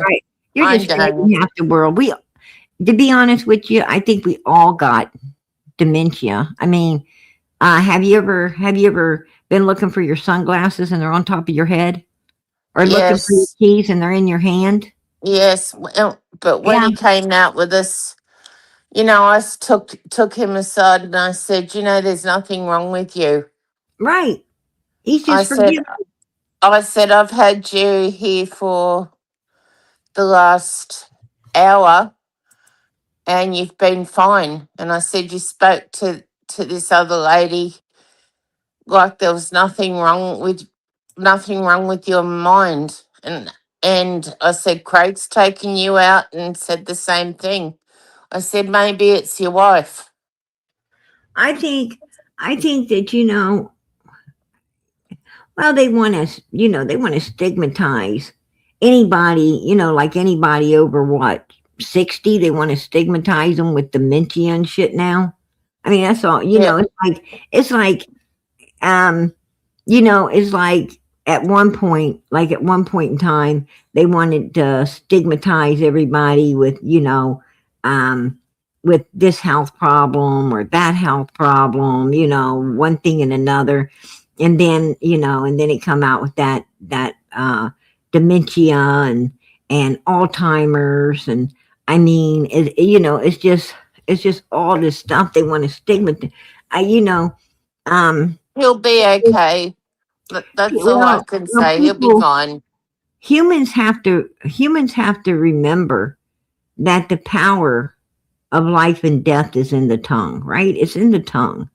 And if you go around these doctors and you go around these people, using their power to convince you that you got a bunch of issues, and breathing that into you, you're probably going to have, if you go around people who's going to, breathe the truth to you, you ain't got anything wrong with you.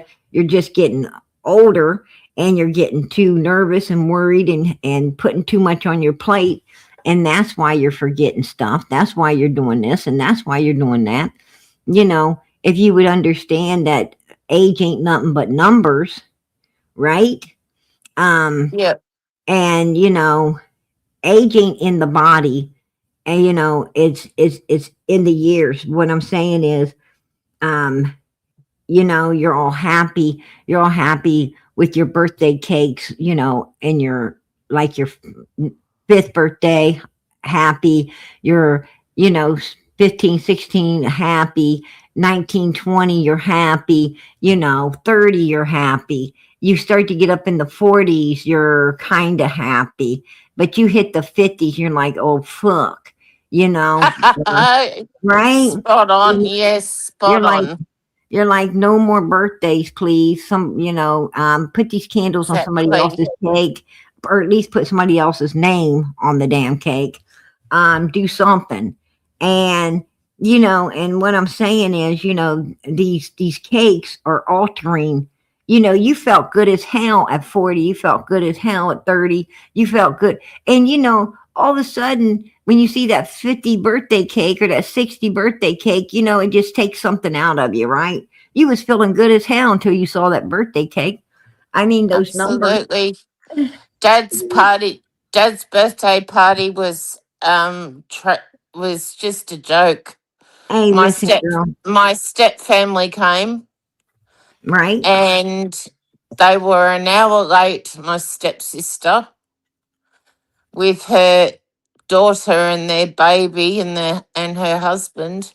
Whoa. Anyway, she sat opposite Maddie all night and I was down the head of the table with my brother and my father, and Jenny was sitting beside them. That's my stepmom. And all night, Maddie said that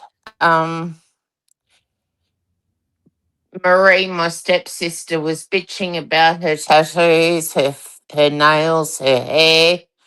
So, and then at the end of the night, Marie, my stepsister, comes up to my dad and says to him in his ear, "If you know what's good for you, you'll say something now to your wife before it's too late, or you've got me to deal with." And then, anyway, at the end of the night, Dad went over to have a word with her, and I followed him. And I said, "You know what, Marie, there's a time and a place for people like you who want to ruin the night." And she said, "Don't let me get started with you." And then I pointed my finger at her and I said, "Don't let me get started with you." I said, I would "You've been have I would sitting have there." told her. Hell I yeah. said, "You've been fighting with, obviously, you've been picking on my daughter all night. Do you want to go outside Oh, you want to get and ugly? sort You this want out?" to get ugly? We could get ugly. We get ugly right Yeah. here, right now. We don't even I have to said go that to her. outside. We I don't even said, have we to go can go. I said, we can go outside and sort this out now. And she said, "Well, I'm going." And I said, "Well, I said, that's the best thing that you've said all night." I said, "Now get out of here. We don't want to see you anymore." outside. And that Shit. was that. You mean, girl? You mean you left? You left? Let her leave without mopping the floor. You let her leave without mopping the floor. I mean, outside don't need swept up. I didn't want to. I didn't want to throw a punch at Dad's party, Oh, but she oh. deserved it. She would have deserved one. I'm Plus, gonna I'm tell better. you. Plus, Some I'm better than that. somebody came up to and whispered something like that to my own, to my old man's ear. My oh hell to the no, no, no. Oh hell no, you did not do that. I'm gonna tell you what, there would have Yeah. been no talking. They'd have been no talking after that. They'd have been nothing to even talk about. It'd be time to mop the floor, baby. Time to mop the floor. And then on the way home, we got up at 3 o'clock in the morning. We were on the plane by 6 a.m. We were back in Melbourne, Australia by 8, 10 past 8 in the morning. We were meant to fly out at 3 p.m. that day. Um, so we waited for 7 hours, mind you. Then at the last Whoa. minute, I get a text saying your flight has been cancelled. So we had to go to the Yeah. we had to go to the help desk, and by the time they could get us on another flight, it was 8 p.m. at night. So Wow. we were stranded for 15 hours. Whoa. And when we Girl. got and then when we got home, um, I was just frazzled. Oh shit. You probably be looking like a rag doll. He was I probably was. like a rag doll that got all shook around and shit. Right? Yeah, I was. Lord, But Jono kept the train running. I would, right, man, I'm gonna tell you what, why didn't you tell them people? You don't understand. I'm all shook up. Mm-hmm. All right. I tell you what, it's good to be home. You should have busted out a song on them, man. There's no place like home, Um, is there, when you've been away? yeah, it sound like you was in the land of Oz. Yeah, I was. I sure was.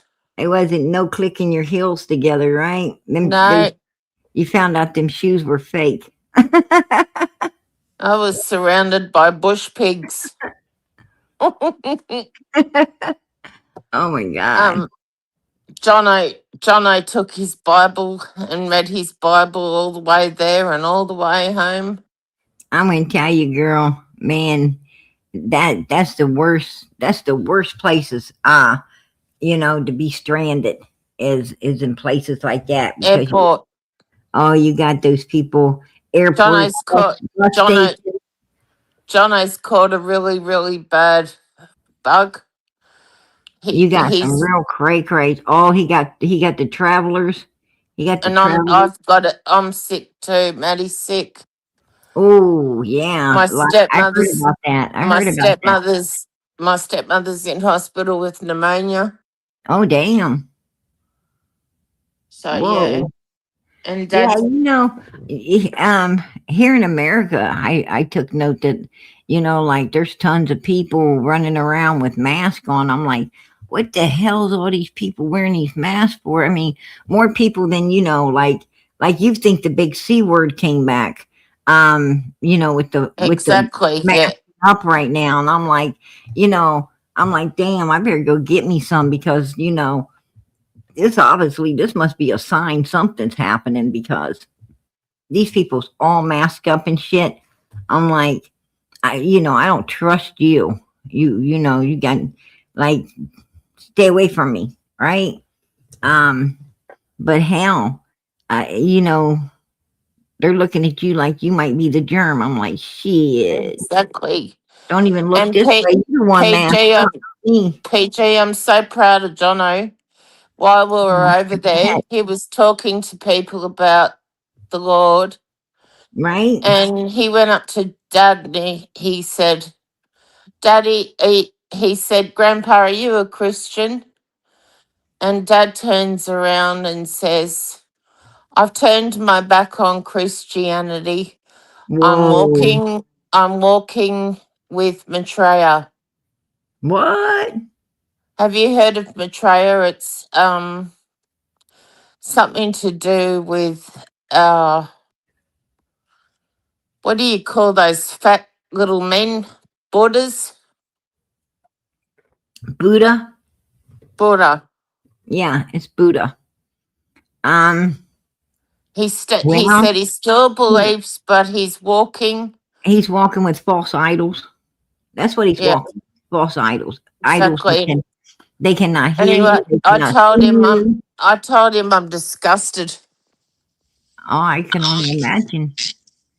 I can only imagine. I mean, if he's that close to the door going out of this world, I would think he would, Exactly. he going to be mighty disappointed, you know, when he's sitting in a bad place.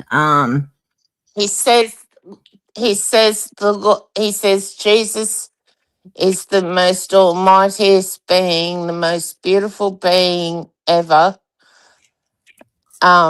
But I don't understand him anyway. Right, As long as my faith is is intact and my children are, that's all that matters to me. right. Well, your son planted a I'll try seed. Your we're trying to save him. your son planted a seed that might grow. Absolutely, you know, might. I you know, just can't giving, believe it. It was my father who made me a Christian, and now look at him. well, I'm one of those people who, I don't waste no words with people. You know, I just tell them the way it is. I have a lot of people tell me, the one thing I have most of all that, I don't like is people, say you're a Christian, ain't you? And I'm like, yes, I am. I ain't going to deny it. I don't deny my God nor his son, Jesus Christ. Absolutely not. And they'll be like, yeah, and I'm going to the bad place, right? But they say the word. And, you know, like I tell them, I said, look, I don't know where you're going. I can't judge you. I don't know where you're going. But obviously, you believe that you're going to the wrong place. So therefore, you believe that you're doing the wrong thing. And if you believe you're going, if you believe so strongly that you're going to a bad place and you believe so strongly you're doing the wrong thing, then why don't you do something right? Why don't you change it? You know, I ain't judging you any way, form, or how. Um, just because I read the Bible, it doesn't make me a judge. It makes me a Christian. It makes me, want to follow God and his son Jesus Christ and do what's right in the sight of God and in the sight of his son and be a better person, which, obviously you're not doing if you're sitting here, trying to uh, stigmatize me with some BS that is totally wrong. And he only, and obviously you've read the Bible to say, what you're saying. You've obviously read it. You obviously know that it says in there that, whatever you're doing, you're going to go to hell for. So why are you going to sit here Exactly. and act like I'm judging you when it's really God himself and his word in that book that you've already read telling you what's going to happen, and it's God judging you, not anyone else. You can't say just because someone's a Christian, they're judging you. That's bullshit. You know, even if a Christian tells you what the Bible says, even if it tells Don, you Don what the and Bible Candace, says, Don and Candace they're are the not judging most. you. They're trying to save you. Don and Candace are the fakest Christians I've ever seen in my life. Absolutely. Hypocrites. Absolutely. There's a big difference between using God and worshiping God. And evil people use God. They say words like hallelujah, praise the Lord. And Don hides behind he hides behind the Jesus's church. name for No, he don't thinking that he's strong. he ain't hiding behind Jesus because Jesus ain't even there for people like him. But he's hiding behind a church.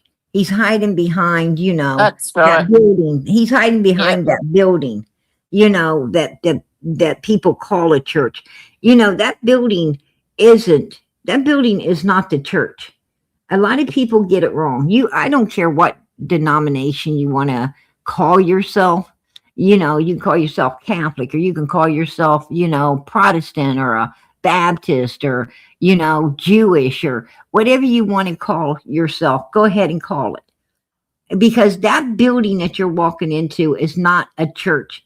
I tell you what the church is. The church is every single person who is part of the body of Jesus Christ. Exactly. A Everybody church is a belongs. gathering of people Every celebrating the Lord. every human that truly got their eyes open, for everlasting life. Every person that, accepted Jesus into their life and actually went down in that water and came up with their eyes open and became part of the body of Christ. That's the church right there, baby. And Yep. there's a lot of people in those buildings, that that's sitting down front and and sitting around talking about and whispering about and judging other people. They call themselves a Christian. I'm going to tell you what, they're going to find themselves in hell. The people sitting in the back, that's really listening, that's really there for the word of God, that's really, really there not to be seen and, not to see and be seen. The ones that's back there trying to hide and is there just, just for the word of God, and they want to leave as soon as church is over and not join up with all the whispering bullcrap going on. Those are the people that's going to be in glory land. They're going to be on the other side. And all these people gathering up and, and in their little cliques and talking about everybody else. I'm going to tell you, they're going to be surprised when they find out that, Jesus is going to say, I don't know you. I don't even know you. What are you doing here? It's going to be bad. Yeah, Being a Christian's a lot of work. I'm Worshiping God's sure a is. lot. I'm just learning about that now. It's John, hard every day. Jono's taught me so much, PG, over the last week since we've been away. I didn't realise how in depth it goes to forgive someone. You can't just forgive them and never talk to them again. You have to forgive them and forget. You have to forgive them and forget what Absolutely. and totally heal from it in order to be forgiven by God. I'm going to tell you something. That's Um, absolutely amazing, and every night while we were away, we watched Bible stories together on Netflix or something, you and know, he would tell me the story of everything that was coming on Moses and then Abraham and I love the story of Ruth. David. I love the story of Ruth, and yeah, But I've never been so proud of him. I'm so proud of my boy at the moment. There was a lot of strong women, in the Bible. Sarah, Naomi, Ruth. There's a lot of strong women in the Bible as well. Mary, who actually, conceived Jesus and did what was righteous in the sight of God, and Yes, she did. there's a lot of strong women in there as well as And then men. Jesus came back to Jerusalem And to a see. lot of people say, oh, that Bible is repetition. I've heard so many people, evil people, will say, the Bible ain't nothing but repetition. Well, I'm going to tell you what. Yeah. It's God telling you in a whole lot of different ways that if you don't change your way and you don't become righteous, you're going to be cast in a lake of fire, and the doors are going to get shut, and you're going to be in there for eternity. And that's your own, that's your own fault, because God told you in so many different ways, and your dumbass still didn't get it. Your dumbass still did not get it. So, don't tell me about repetition, because you're sitting here, totally sounding stupid to me. This is the reason you don't believe stuff. Well, that's even more reason to believe, because God's really trying to tell you in every different way, maybe your brain can comprehend, and you're still not listening. You're still not doing what he wants you to do. That's your problem. Not PG's, but people say, they say some of the stupidest. Yeah, they do, don't they? Mm-hmm. I've been Absolutely. watch. I've been watching while I've been away. When I can, I've caught up, And and I've had I'm people. so sorry that you went through that the other day. Girl, don't even bring it up, because I don't want to think about it again. It's disgusting. I'm trying to throw that behind me and move forward. Um, but I'm just letting you know. I'm sorry that it's I okay. wasn't here and that you went through that.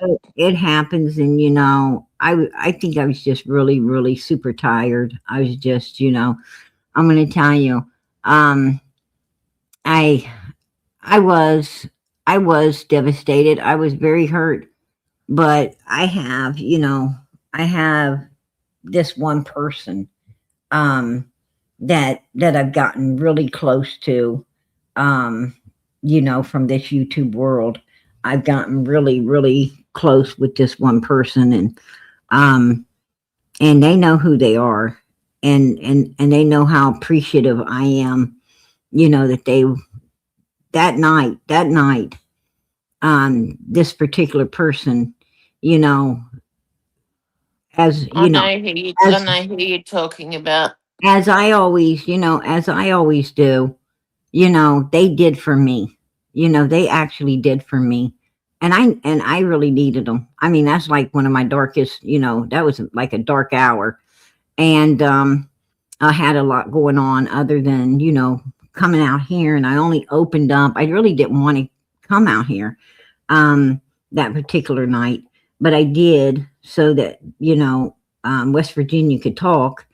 And I had, already spoke with her, and she was, intimidated and everything, with And people need to realise that this is your panel, well, the point and being is the it's point your well, panel. I was trying to be I was trying to be, you know, the voice that, that she didn't have. Like, she's on that, oxygen, and she, Exactly. I Well, was, she I can't. was just trying to elaborate on everything Yeah, she was saying. she And can't talk for long periods of time without a breath. eh, and I was trying to give her those breaks, Yep. um and the next thing I know, I had a wagon train in my chat, going with people hating on me and saying stuff to me. And I'm like, and some of them, what really hurt, it wasn't the trolls that came in. There was some trolls, getting it started. But what really hurt me is there was a few of my own people joined in, and Gee, that's sad. that was really sad. you know That's that's it was, really low. it was really sad that they didn't trust me enough to know, they didn't trust me enough to say, hey, PG knows what she's doing. um she's not going to let no lies or false information get out in Summer's case, because what the issue was is, um West Virginia had seen a picture of some medication that was inside of Candace's house when Chris went there. Yeah. It was actually antibiotics and pain medication for Candace's infection in her mouth. And the reason I knew that is because I was the one that Candace called, because Donald wouldn't take her to the emergency room. He was on a live with Cher, and he wasn't willing to get off that live with Cher and take her to emergency room. And she was really, really in pain and hurting. And she called me up, and she was telling me how bad she was in pain. And she said, PG, I need to go to the emergency room. And he's not taking me. And so I had to make Donald look bad, and, telling, you're really not, looking like a superstar out here with your wife, needing to go to emergency room, being in the pain she's in. What the hell is wrong with you? Get her to an emergency room and get her some medication and whatever she needs to get better. And you need to do it now. You need to, say, I got to get off of here. My wife has to go to emergency room. And he got off, and he took her to the emergency room. He got her the medications, and that's what was sitting inside the house. And West Virginia heard people say that that Summer, might have got a hold of Grandis's meds or whatever, and she was thinking that was, meds inside the house, that, Chris, when Chris was there, that was Grant. But it wasn't.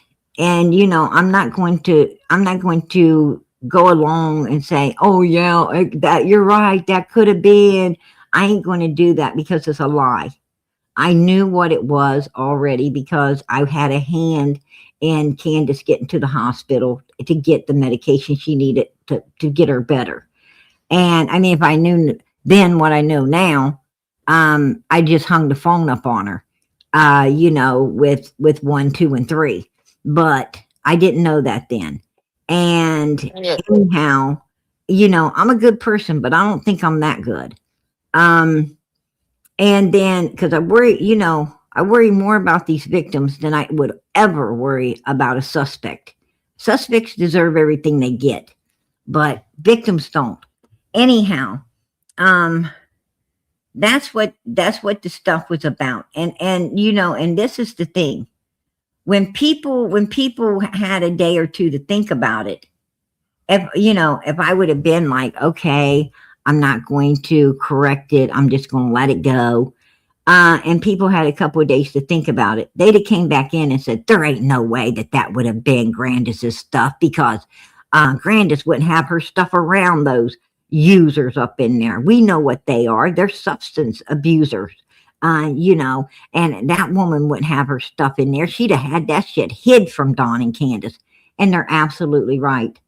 They're absolutely right. And then then West Virginia and PG would have been getting backlash from, somebody being able to logically think Of course. the way I was thinking right then and there and wasn't going to let a lie go around the mulberry bush.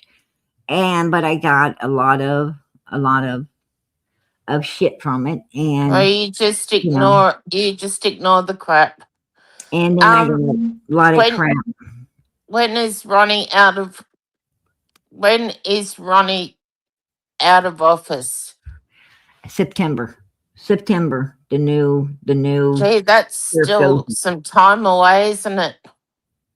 Oh no, not really, girl. Because I'm going to tell you what, this year has June, went so July, fast. August, September. This year, Four more months.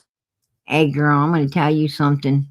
I hate to say it, but a day's like one day is like a couple hours, and a whole week is like one day, and a whole mother freaking month is like a week.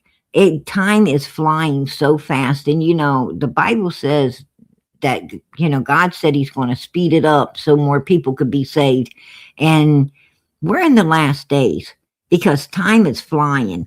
You get up, and the next thing you know, you're going to bed. Terrible, I know. It's Yeah. and I mean, I can't believe how big Little Man is. It's like yesterday. I bet he's beautiful. Oh, he is. But it was like yesterday I'm holding a newborn, and today, He's 5 months old now, isn't he? Oh girl, he's getting big, and he's beautiful. I gotta tell you that. He's as cute as a button. Absolutely. Has he got dimples? You know what? I don't know. I usually take notes of that kind of stuff, but I don't know. I don't know Has if he started laughing yet? He laughs, he smiles, he giggles. Aren't they cute? Aren't they cute when they laugh? I'm gonna tell you something. I love it when they crack up laughing. Little man has this cartoon face. I mean, like where some kids smile and you see those deep dimples in their jaws. Little man's different. He's, I probably couldn't tell if he's got dimples or not, because when he laughs, he looks like a cartoon. That's the best I can describe him, is he looks like this cartoon. He's got this big bald head. He's a little butterball. Cute. Right? He's like this little butterball, and he's got these big old feet on him. Looks like he should be walking, but he looks like a cartoon, when he laughs and stuff. He's just, he's amazing. He is amazing, and he's so smart. Like, if I don't give him his bath by, like 7:30, 8 o'clock, he gets so fussing. He knows his bath time, and he loves bath time. He likes to put his hand under the water. He'll take his little hand and put it under the water, so the water could run on his hand. Oh, how And cute. yeah, he's amazing. And like I usually take him for a car ride on my lunch breaks, and then I take him out for a car ride usually in the evening before I come in here. I take him out, just ride him around a little bit. And he loves to go out. He loves to go outside. And if you don't, like, if I'm being held up or something, and don't take the lunch break right on time, he gets real fussing. He knows, it's like he knows when, he's supposed to get to go bye-bye. He knows when he's supposed to get his bath time. He's a little clock. He's like he's like the clock in Beauty and the Beast. It's like his little clock's running around that tells you, he tells me what time it is. I'm like, whoa, he's smart. He's smart to be so little. He's so smart. I mean, it's hard to believe. Even I That's can't believe adorable. it, right? I'm his mom. I've got and I some. can't I've believe got it. some new photos of Maddie with Sophia on my Facebook page. There, she still looks like Sophia's mother. I'm going to tell you something. That one little Cute, girl cute as a button. She is. She's so switched on. is My is little that, niece. is that the little girl that looks just like Maddie? Yep, I spent 4 days with her, and I she's thought the that was your cutest other little daughter. thing. I thought it was your other daughter. She looks so much like Maddie. I actually thought that was Maddie's sister. It was like, whoa. No, Yeah. Monique is my niece. That's my brother's daughter. And Sophia calls Jono Uncle Crow, You all look and just she like your mom. calls, and anyway, Maddie picked her up, and she got some good photos of her. Oh, And Sophia did Jono some colouring in, and gave it to him. So he took it back, and he's going to frame it. that's sweet. Yeah, it was. I mean, overall, we had a good time.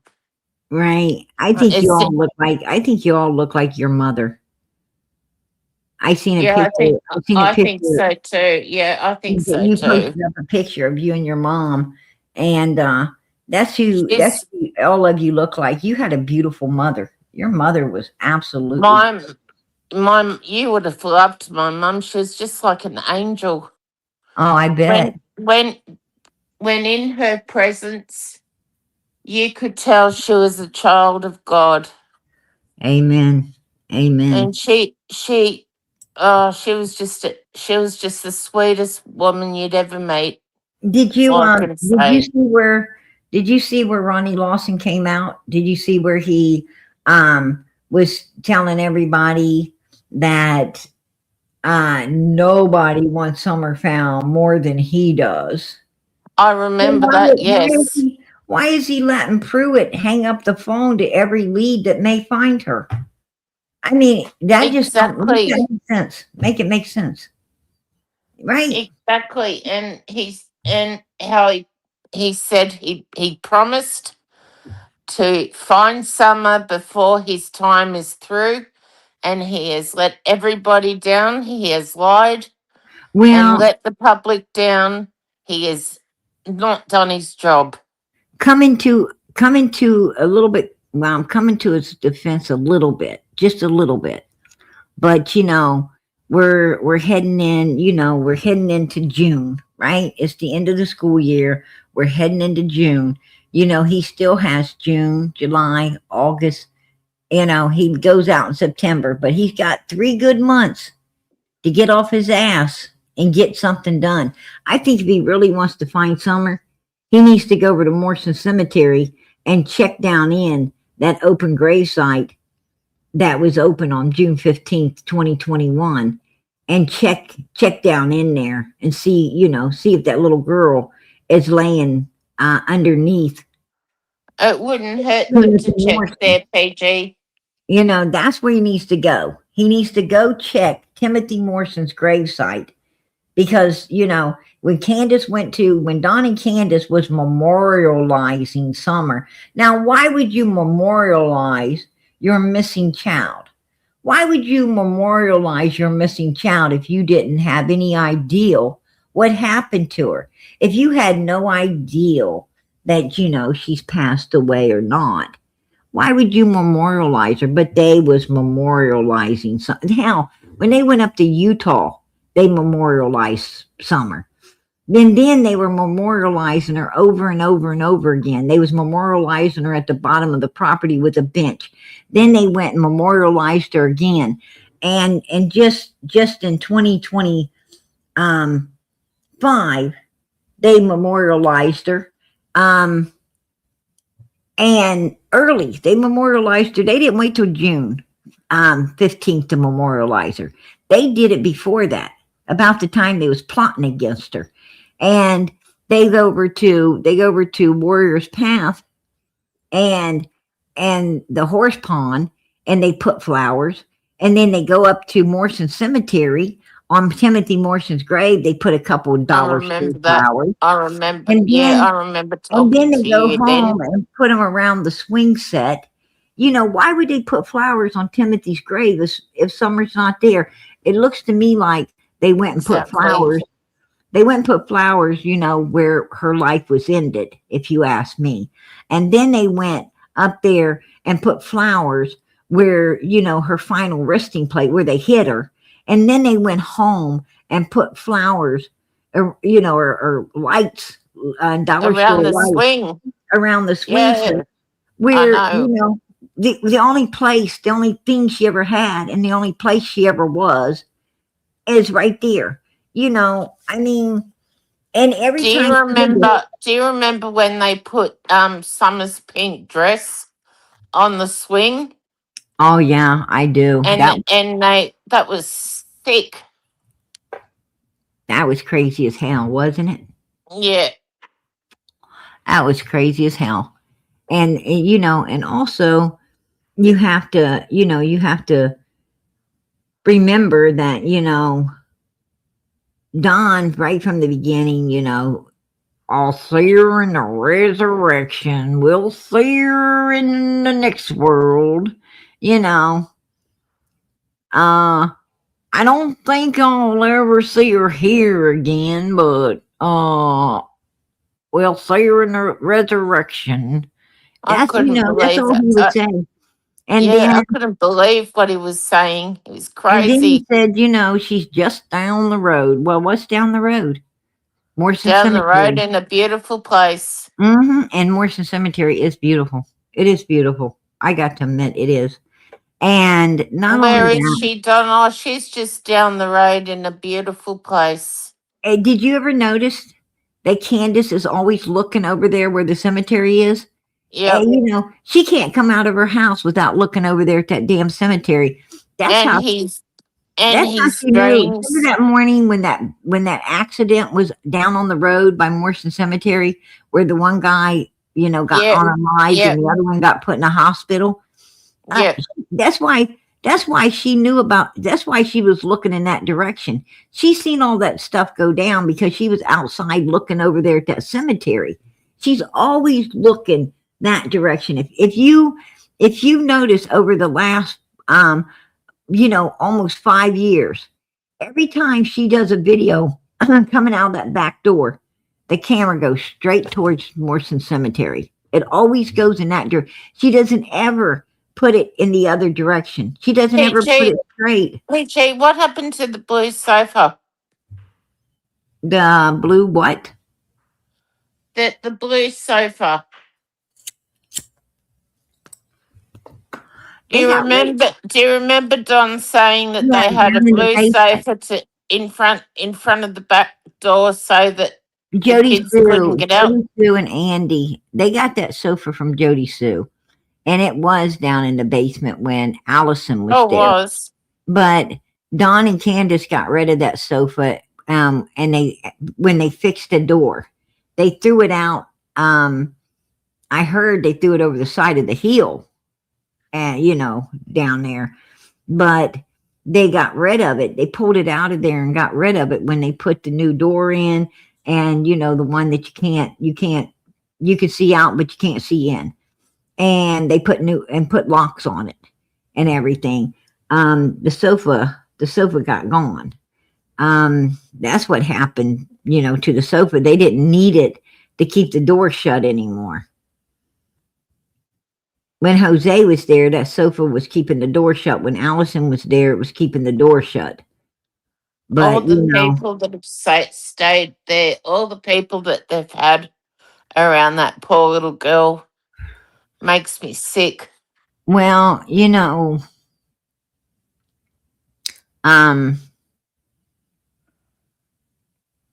the people that they had around was people just like themselves.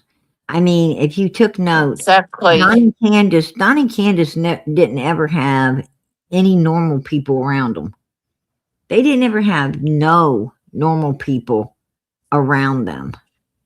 I mean, I hate to say this, but even in that church, over there, these people don't seem to be normal. If you ask me, that's my opinion, because like that Robin, she acts so fake. Then people act fake, like they're fake as hell. You know, I I've can, had people from my area because I put and to be and honest, Robin looked like she was, Robin looked like she didn't care if Summer was missing or not. She just acted that's like my everything was thoughts. another That's day. my thoughts on her as well. None of Always, them. They're all always sick. giggling and laughing, and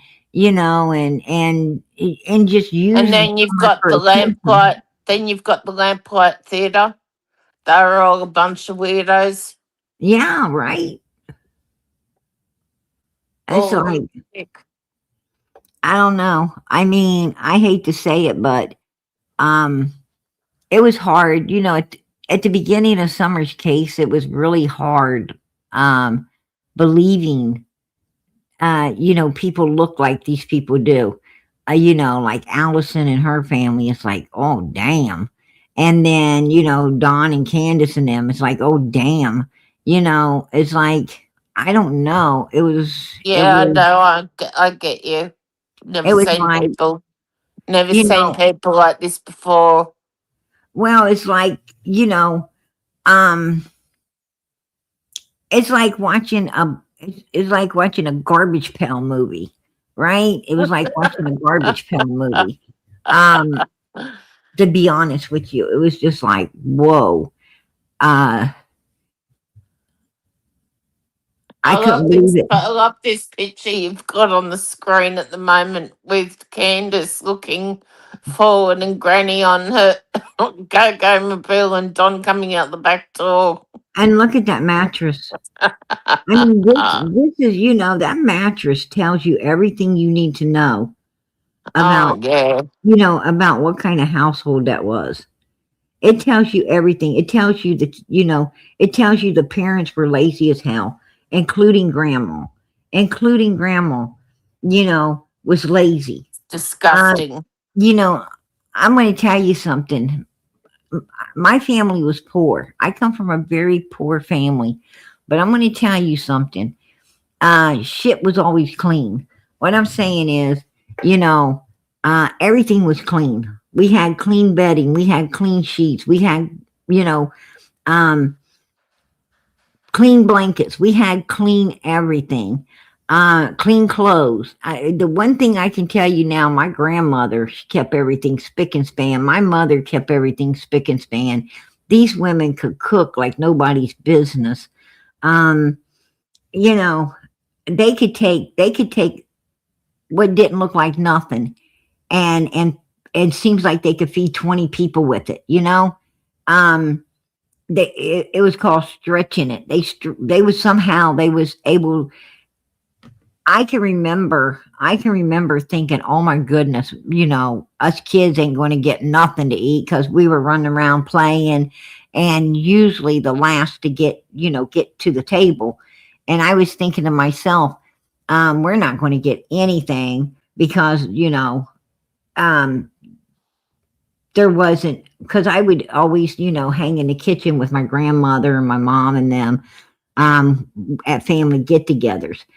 And I seen that there wasn't a whole lot of potatoes getting peeled. I seen that there wasn't a whole lot of, green beans getting snapped. I seen that, it's like it just didn't look like there's going to be enough. And I'm going to tell you what, everybody got fed and there was nobody wanting for more. And it was unbelievable. I mean, it made a believer out of me. And, all I could think of is, God was with those people. God was with them Yep. because it reminded me, of the fish and the bread in the Bible, when Jesus, Yep. had the two fish and the loaves of bread that, that the child provided. And he was able to feed a whole congregation. And that's what it reminded me of. And I have been to people's houses, they'd invite you over after church and you don't want to say no because you might insult them. And, and me and my kids would go, I'm still yet to choose what church I want to go back to. yeah. And I'm we go with going them. back to church, but Jono goes to the Anglican church. But there's also a Baptist church here that looks really good too. I'd like to give it a go. Well, I'm going to tell you, John the Baptist I've baptized had I've had people Jesus. from the Church of Latter-day Saints, like thousands of them, trying to call me in there, and I've just no thank you, no thank you, no thank you. I don't follow that. I'm not going that way. Thank you for your time, but no thank you. You, you're not going that way, right? Oh God no. I'm Anyway, gonna PJ, see. I better get down. I'm getting a really sore throat from talking. All right, girl, you Um, can hear yourself. yeah, I think, not myself. yeah, you just got that traveler sickness, and I'm gonna tell you that Oh, traveler I'll get sickness over it. is bad. Yeah, I'll get over it. oh yeah, I'm still it sometimes you have still to take feels like I'm in the air. sometimes you have to take antibiotics to get rid of that, girl. You might want to see a Yeah, doctor. it You might feels want to like go I've see a been. doctor, I still feel like I'm flying. right? Well, you're jet lagged. Yeah. A lot going on. Anyway, I love you all. It's great to be back, and I'm great. Hey, Um, take care of yourself. things are back to normal. Anyway, PJ, can you kick me off? You want the steel toe boot? Yep. All right, 1, 2, 3. There you go. Kick. Yeah. Hey, I don't want a wagon train in here tonight saying, how can you be so mean, PG? How can you? She asked for it. Like literally, she asked for it. Right. I just try to, do what people want, and sometimes I'd be catching hell for that. I'd be catching real hell for it. But Ronnie Lawson, I guess, he was feeling, the the sting of not solving that case. And I don't know what's stopping him. I really do not know was stopping him from solving the case, right? I don't know. But I mean, I would think, oh girl, you didn't have to do that. I appreciate it. I appreciate that super sticker. All right. I appreciate it, girl. I appreciate you supporting Summer's channel. God bless. But yeah. I appreciate that. Texas Blue 22. This is Phoebe. Thank you, hon. Purple Hearts for Summer. God bless. I don't know what's stopping Ronnie from solving Summer's case. I mean, clearly,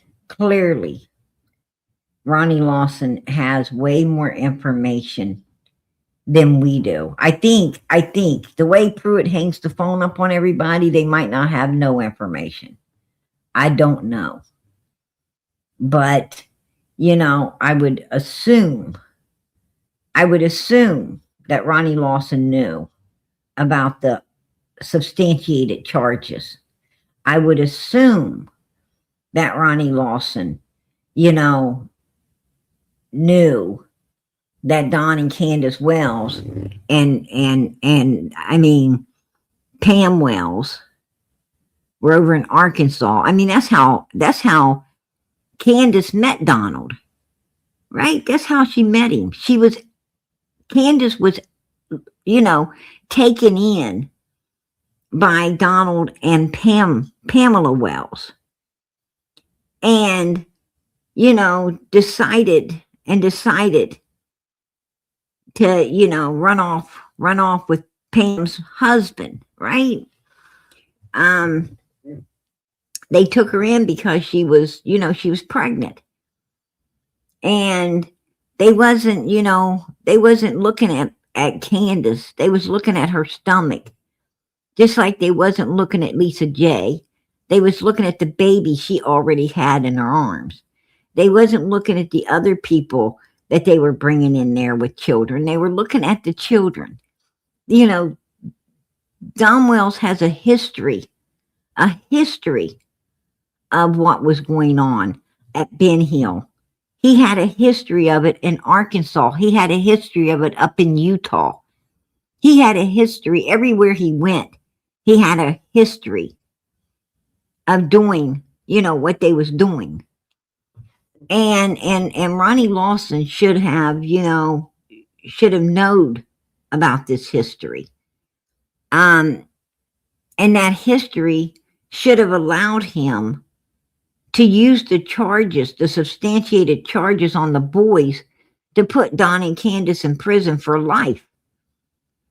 Because the substantiated charges on the boys was, you know, probable cause for why Summer was completely missing, right? Fucking 2 and 2 together, baby, it makes 4. Right? You know, I'm sure Ronnie can add. Why wasn't he putting it together? Why wasn't he adding it up? Why wasn't he doing something? I mean, they had a way to get justice for Summer without finding her. They had 3 substantiated charges to put him in prison on. And they dropped the fucking ball again. Why? Why are they dropping the ball? It's like it's purposely done. Right? I mean, take Idaho, for instance. I mean, that place was putting Stacy Wanderer and Sarah and looking for them other 2 guys. They was looking to put all of them in jail for anything they could to try to get justice for Michael, right? You go over into Georgia with Quentin Simon's case. That law enforcement came in there, man, and they done it right. They came in there and they said, this is a crime scene. Hey, no, Mrs. Babysitter, you cannot take your car home. Your car stays right here until we investigate and we bring in search dogs and we do everything we need to do. So you just walk yourself back home and, eat a potato or something there, because you ain't going to be going no place in this car anytime soon. This is a crime scene. They're roping it off. They're doing what needs to be done in order to solve the case of a missing child. And they're on Leilani, right?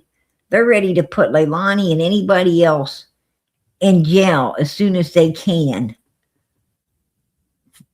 for this little boy's sake.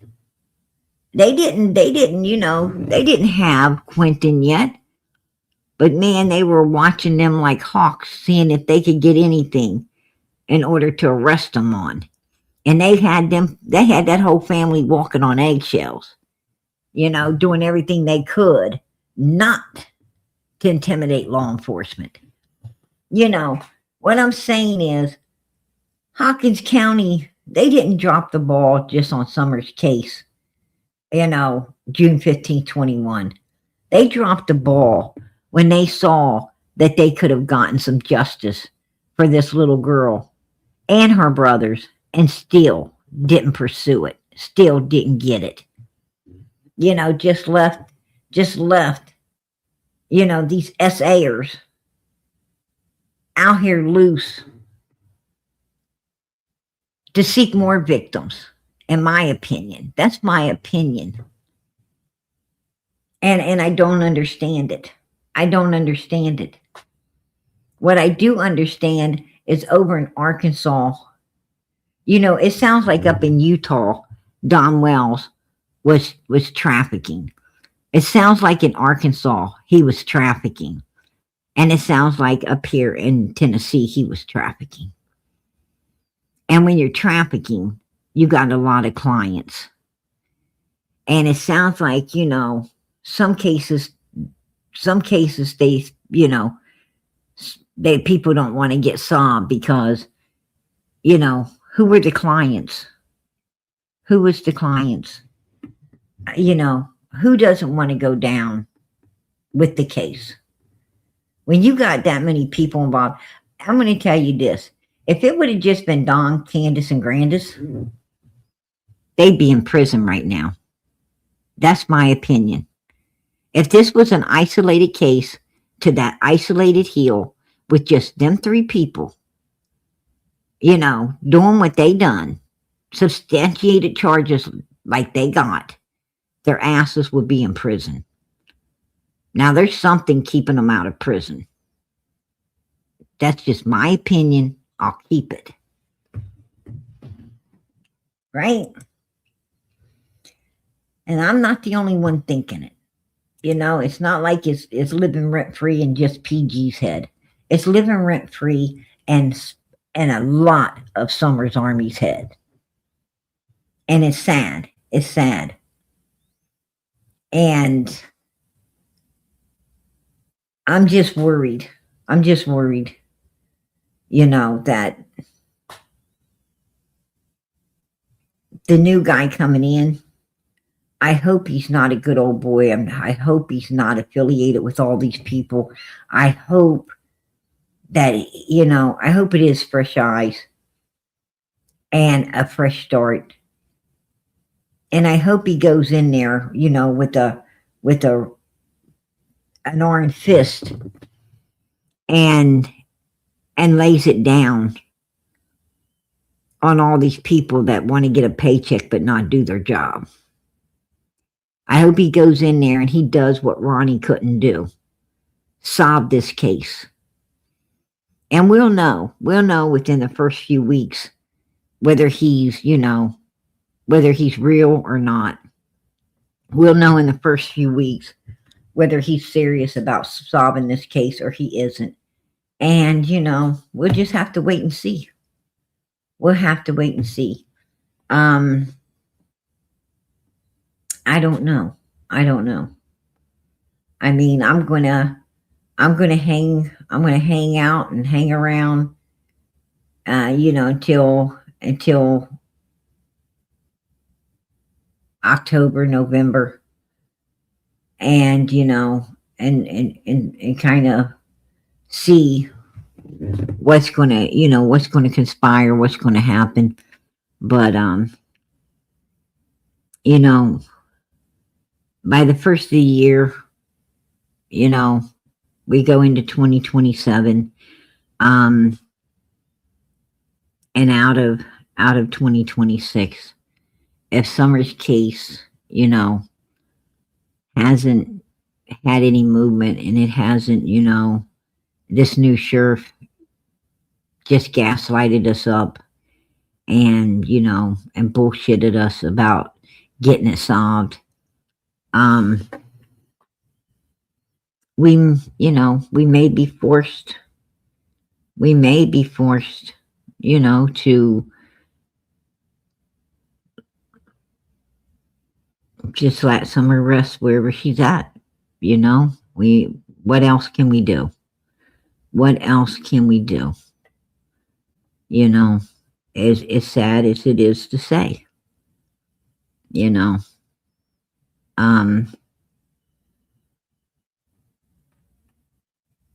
I don't know how much more can be done if this particular sheriff isn't willing, to do it.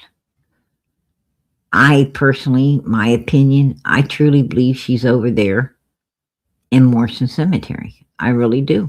I believe she's down in that. That was a brilliant ideal. Open grave. They wouldn't have ever thought to look in it. Who cares? Ronnie Lawson needs to, he needs to kick his pride aside and check that grave for that little girl. At least let everybody know that she's not there. Right? So what? So what if it was a waste of time? At least we know now we need to look somewhere else. But right now we need to look there. Because what if she is? What if she is there? What if Andy Bernard is right? What if Andy Bernard, wanted to take a little pressure off his own back because, he's worried about going to hell himself. And he wanted to do a little good deed, to get some clout in heaven. And here nobody's listening to it. What if she is there? This case could be solved. I think they owe it to Summer. They said they have to follow every lead. Well, they got a lead. And they need to follow it. Quit lying to us. Quit lying to us. I mean, how can we trust them to be following other leads if they're not following this one? Right? We know they haven't checked that Morrison Cemetery. We know they have not checked that gravesite. We know that for a fact that hasn't been checked. And I'll tell you another thing. All those police officers left. Every one of them left. Every night they left except for the one that stayed up on Ben Hill Road. The one that stayed on the hill. The one that stayed on the hill couldn't see over at the cemetery. The one on the hill, even if that grave hadn't been dug yet, they could have had somewhere else until it was. And they could have came in there, because that's what grave diggers do, right? Grave diggers work at night. And they could have put her down in there when they was digging the grave. And nobody to knowed it. Because nobody was watching that cemetery in the nighttime. That's, that's just the way it is. So she could have been put there whenever. It didn't have to be June 15th. It could have been the 16th, the 17th. This man didn't go down in there until the 18th. That particular grave needs to be looked into. But they're not doing it. They're not doing it at all. It's just like Sebastian Rogers' case. The stepdad actually, got fired off the job because he was there super early on using a heavy piece of equipment that he wasn't supposed to be using. Right?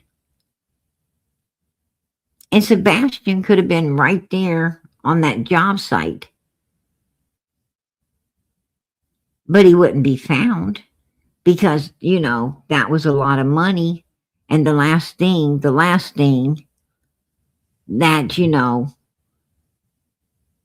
the very last thing that a big old corporation, wants is for people to know that something like that happened, on the property that they're building, a big old hospital, right?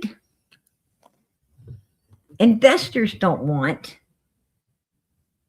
that kind of stuff coming out, and they'll do everything they can to cover it up. And that might be where Sebastian's been this whole time. I don't know. That's just my opinion.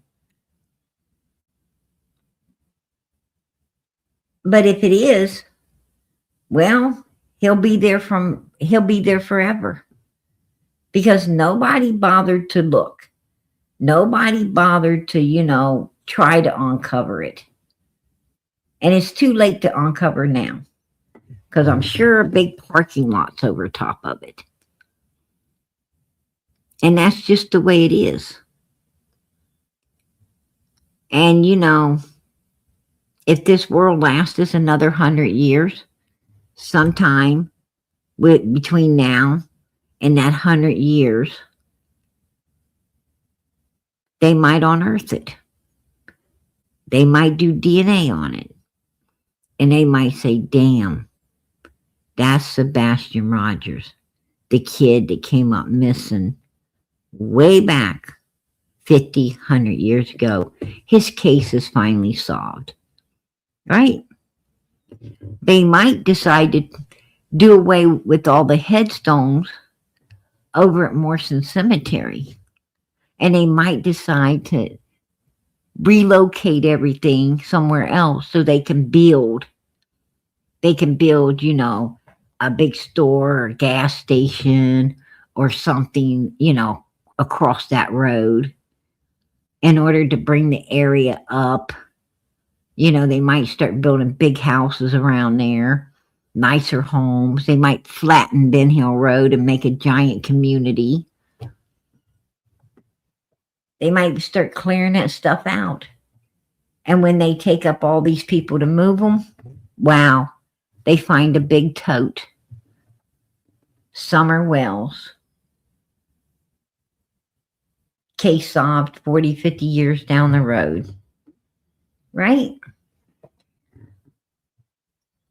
That's how that stuff works. When law enforcement don't want to get on it and check things out ASAP. Well, they had the opportunity. That's what happens when they want to pick up the paycheck but not do the job. That's my opinion. I always heard, where there's a will, God will make the way. If you have the will, God will make the way.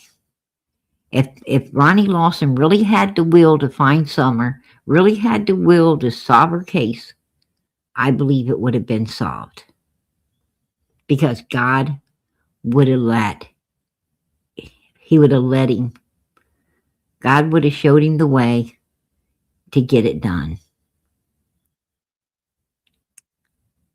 So when he sits there and says he wanted something more than anyone else, I don't believe it. Because I think if you really want something, God will lead you and you'll get it done. Look at us. Look at us. We really wanted to know what happened, didn't we? We wanted to know what happened after Candace come back from the swimming hole. You know, we wanted to know what happened, so we got the pictures. You know, some are in the back seat. We examined them. We went over them. We determined. We listened to everything we had to figure out. You know, she was still wet in the vehicle. No, law enforcement didn't see her because Ronnie wouldn't have asked. I mean, we put it all together. We put it all together because we were determined to know what happened. And that's what happens when you're determined. You know, God just lets you know. He lets you figure it out. And law enforcement could figure it out too. It sounds like they don't want to. And that's scary. That's just scary. That's why people don't trust in law enforcement. Because, see, law enforcement is supposed to do the right thing when everybody else is doing it wrong. Right? They're supposed to do the right thing no matter who's doing shit wrong. It's just the way it is. And it just feels like everything's corrupt anymore. It feels like the court system's corrupt. The law enforcement's corrupt. It's like, it feels like everything's for evil instead of righteousness. And that's heartbreaking. It's heartbreaking, you know, to feel like the people that's supposed to be for you are against you. It's heartbreaking to feel that you get up every day and you do everything right in your life. You're an upstanding, you know, God-fearing, law-abiding citizen, and you're doing everything right. But you can't trust people doing things wrong. You can't trust law enforcement to protect you because they're too busy protecting evil. They're too busy seeming to be evil themselves.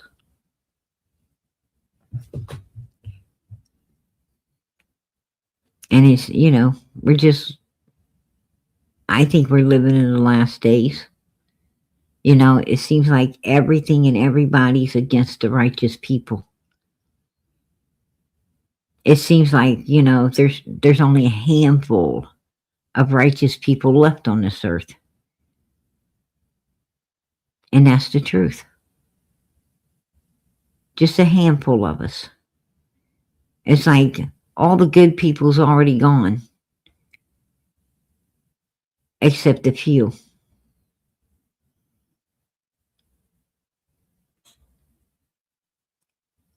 And it feels like this world is way more evil than it is good. Just how it is. You know, it slowly got here. You know, people used to sleep with their windows up and their doors open and, you know, everybody trusting everybody and, you know, and nobody got hurt. Nobody, you know, and nobody ever hurt children. They looked out for the older folks. You know, all these people were good. And then it, you know, and they all shared, right? I mean,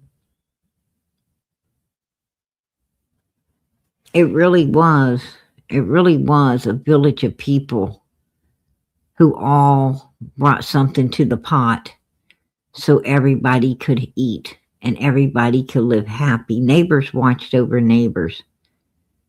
I mean, these people were loyal to one another, kind and caring. You know, people's words meant something. And slowly the window shut it, and slowly the door shut, and slowly everyone that was, running and playing outside disappeared inside. And that's where you are today. That's where you are today. All housed up and afraid. Can't leave anything in the yard, somebody will steal it. Gotta watch your children 24/7, somebody might do something bad. Can't trust nobody. You think you could trust somebody only to find out you couldn't.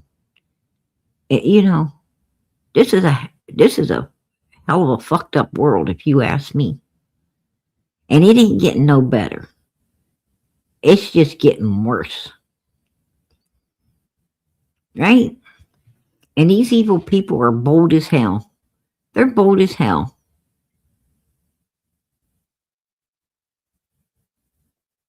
You used to go shopping and you got respect, right? You got people come up to you, can I help you? Hello, ma'am. How can I help you?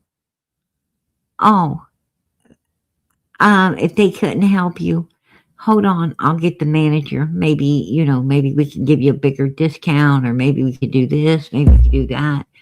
Always the utmost hospitality, genuine hospitality. You pull into a gas station, wash your windows, check your oil, fill up your tires.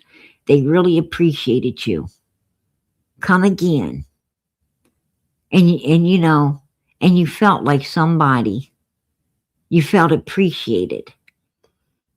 You go shopping in today's world, and it ain't no mother freaking Andy Griffin show. You go shopping today, and those people act like they own that place, and you're some kind of parasite, and they're staring at you, and like, if you asked a question, and you don't have, if you stop one of the employees to ask them a question about something, you're lucky if you can find one. If you do, and you asked a question, then a ton of employees come out of the woodwork like cockroaches, and they're standing there listening to everything. Where in the fuck was you when I was searching and trying to find this one? How come you just crawled out of nowhere when that you're not needed? And they got a whole store here, and I'm sure there's more people like me looking for all of you, but you're not there to be found because your ass is all ganged up right here. What the hell's going on? Right? Why, I didn't ask for 10 people. I just asked for one. To see if you got more of this, of this paint, or if you have more of this particular, towel, or if you have more of something. I don't need 10 people to tell me that. I just need one person to, take your lazy fucking ass and go look, and then come back to me and let me know, so I can move on with my day.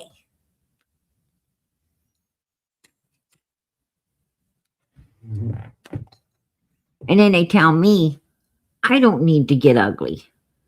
Well, my time is valuable.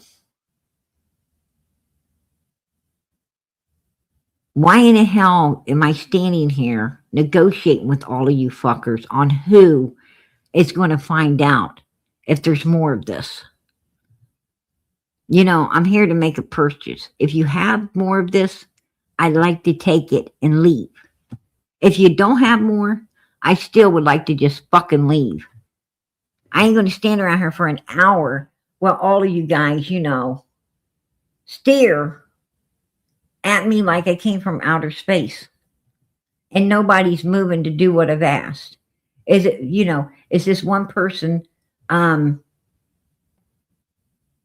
reason can't comprehend what I want and it takes all of your fucking brains to try to figure it out? I don't know. But that's the kind of stuff you go through when you go out here into these stores. You get searched like you're a thief, right? You have one person, you call them over to the register, to because it did something it ain't supposed to do, and you don't even freaking know why. They're always messing up. And next thing you know, you got 3 people behind them standing there, And then when that person walks away, the other 3 scatter. It's like somebody turned the lights off and all the fucking roaches came out, right? I don't know. It's just, there's no hospitality. It's like all of these people gang up. It's insane. And I'm sure all of you go through the same thing. If I'm going through it, my family's going through it. Everybody's family's going through it. Everybody ain't saying, hello, how are you today? Ring, ring, ring, ring, ring all your stuff. Put it in a bag nicely. You have a nice day. You're not hearing that. You're not hearing that. You're hearing, your coupon must be expired. No, it's not. Well, some reason my cash register ain't taking it. I don't know what to tell you. What can I do? What can you do? You can figure out how to work that damn cash register and put the coupon in there. Because I went through other registers that, with the same type of coupons, and they know how to do it. And the real problem is you're not trained to do it. You don't know how to do it. And instead of calling someone over here that does, you just want to be an ass and forget about it and let me pay more money than I have to. Because it ain't no sweat off of your ass. But if you would stand on this side of the register and holding this coupon, you would want me to figure out how to take it so you could keep that extra money in your pocket, right? Because you work hard for your money, and so do I. So get a manager, get somebody. It's always a problem. It's always a problem. And you catch hate. You catch hate. These people act like they own these stores out there. They act like, and they're hateful as hell. They're no help. And it's just the way it is.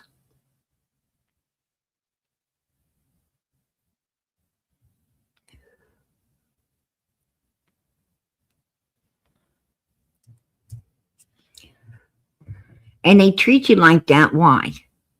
Because they're evil and they can. They feel that they can. And they get away. They get away with cheating a lot of people out of money who has a coupon to save some money. They gang up because they can. They bring other people, show up. They think they're intimidating you. Bitches, I can't be intimidated. Right? You ain't going to intimidate me. You don't know me, and I don't think you want to.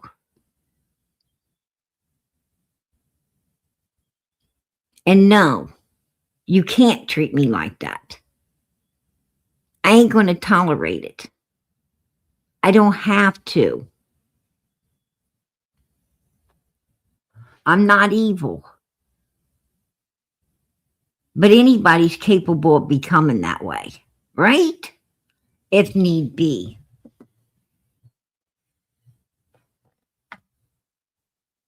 hope I don't need to be.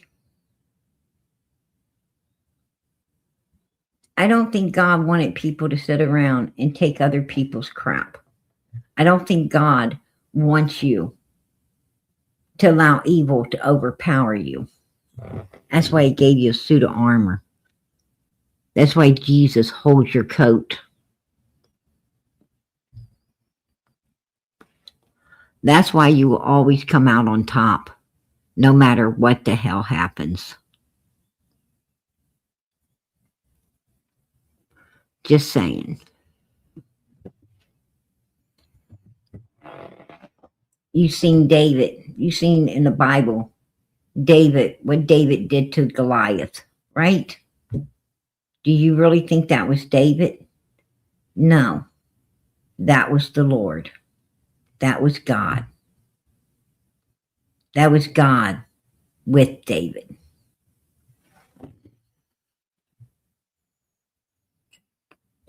You don't have to.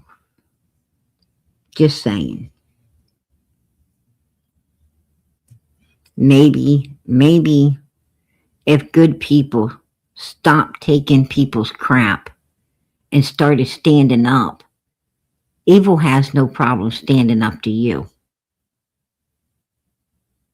You better remember that you can stand up too. And maybe if you start standing up for righteousness the way they are for evilness, this world will get a little bit better. Maybe for a little while, it'll get a little better.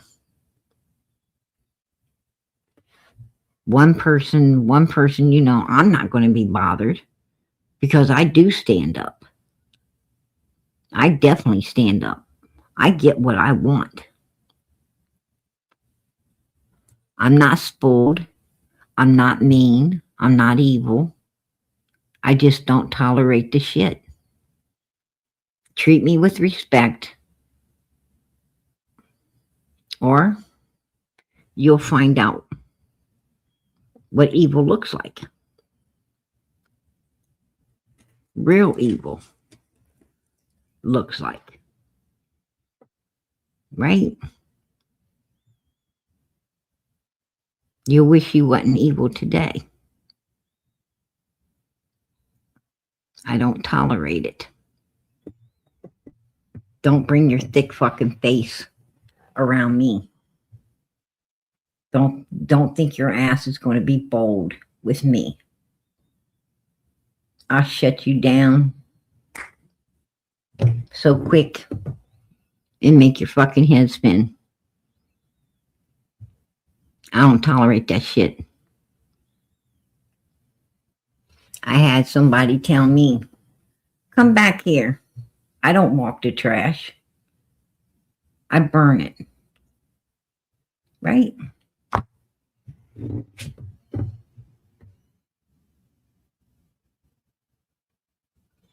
You come this way. Don't feel all safe in your group. Bring your ass this way.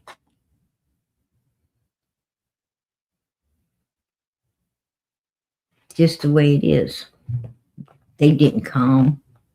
They didn't come. Call their bluff. They don't come. Because they scared.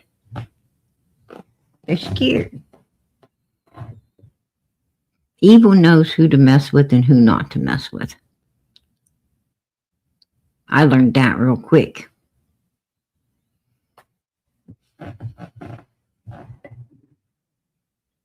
PG sin found out in September. I have. Oh wow. Oh wow. I'm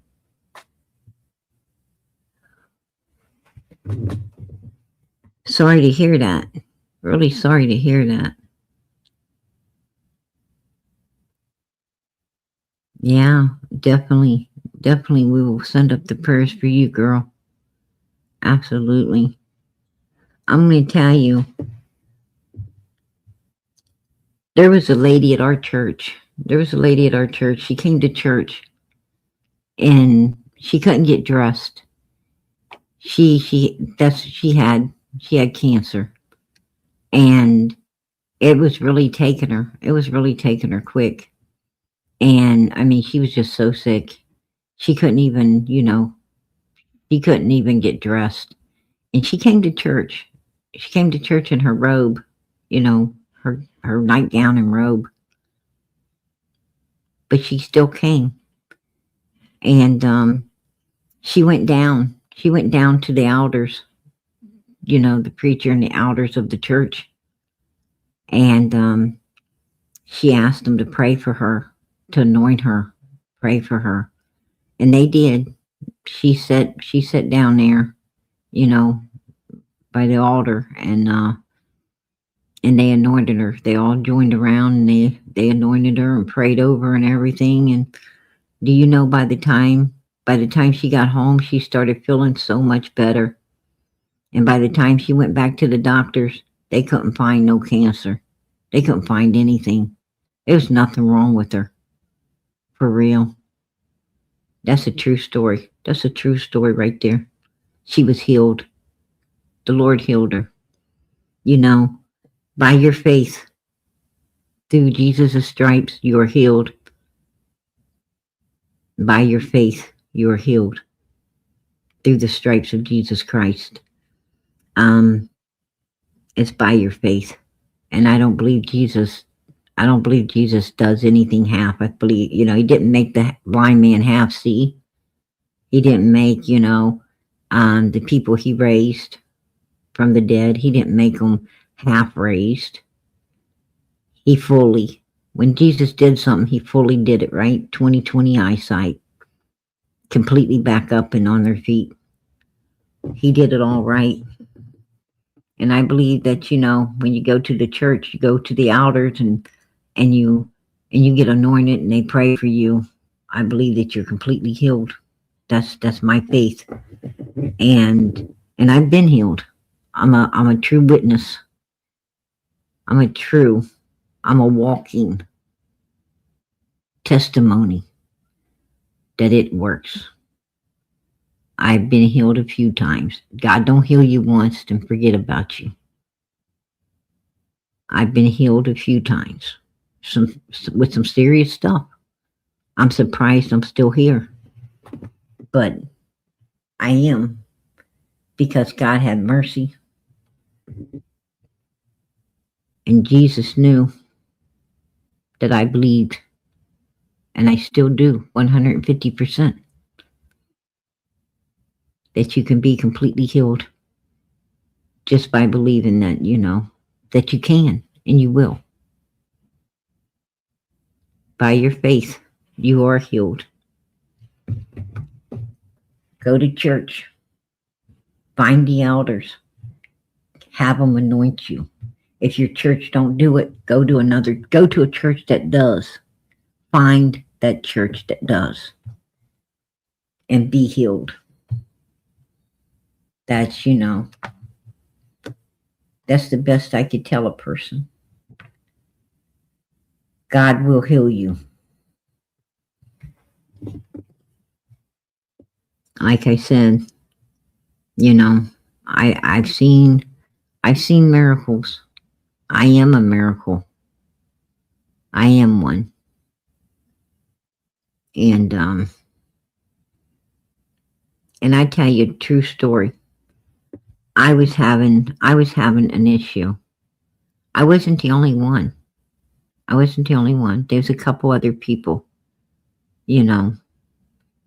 And when I went down to the altar to be anointed, I believed. I really believed I'd be healed.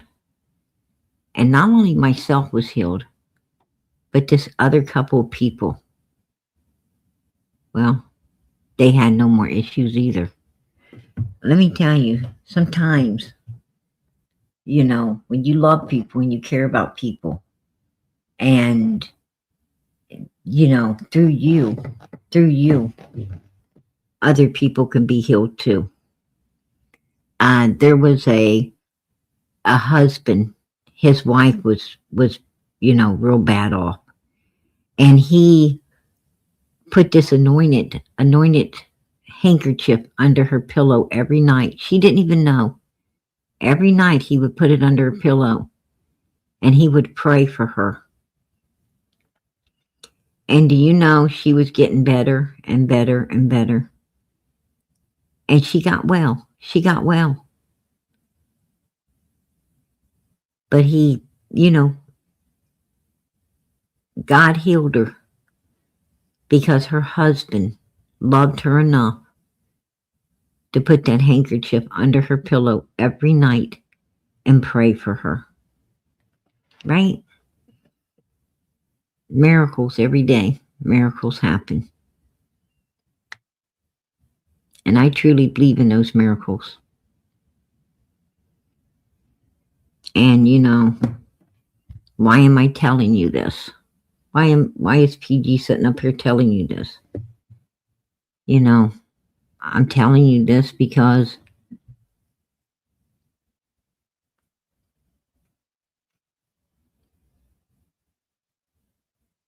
I want you to know, right? I mean, I could keep it to myself. Like, a lot of these people call themselves Christians. I could keep it to myself. But I ain't selfish. I'm not selfish. I'm going to tell you something. If God Almighty, created this many people in the world, God ain't going to create more people than he can watch over. He's not going to do that. If God, God don't create more than he can watch over. And if he can watch over all these people that he's created, then he could heal them all at once. You right? He could do whatever he wants. He could heal them, or he could destroy them, or he could, make them all look funny or all look beautiful. He could do what he wants with people. They're all his. They're his work of art. That's what each person is, your work of art. God don't make mistakes. And,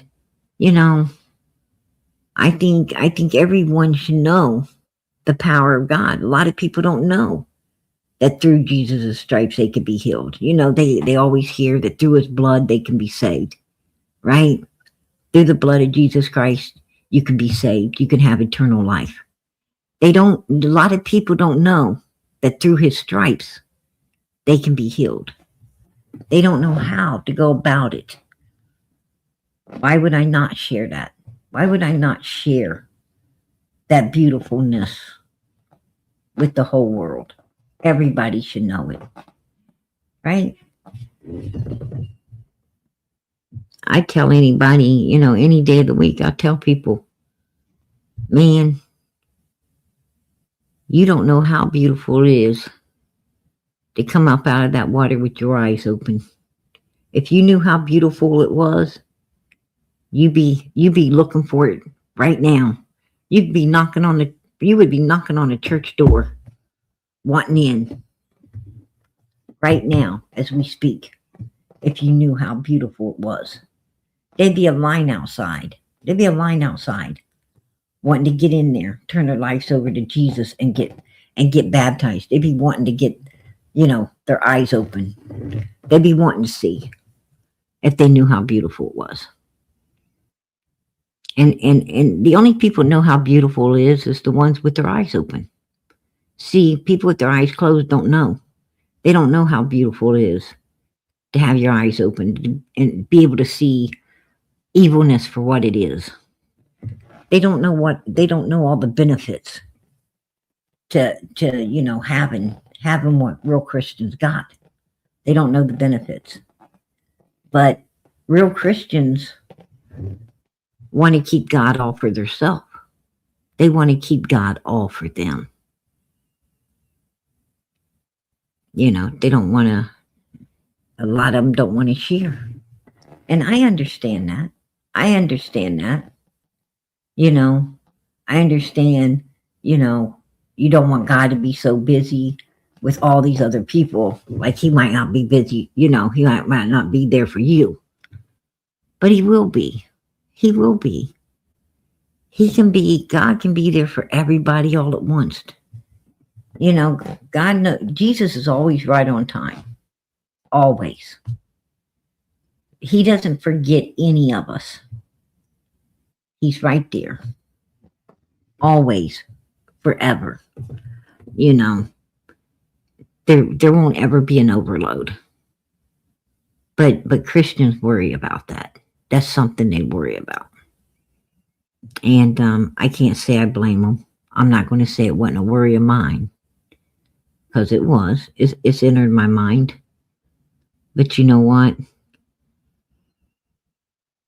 I can't keep secrets like that. I can't keep,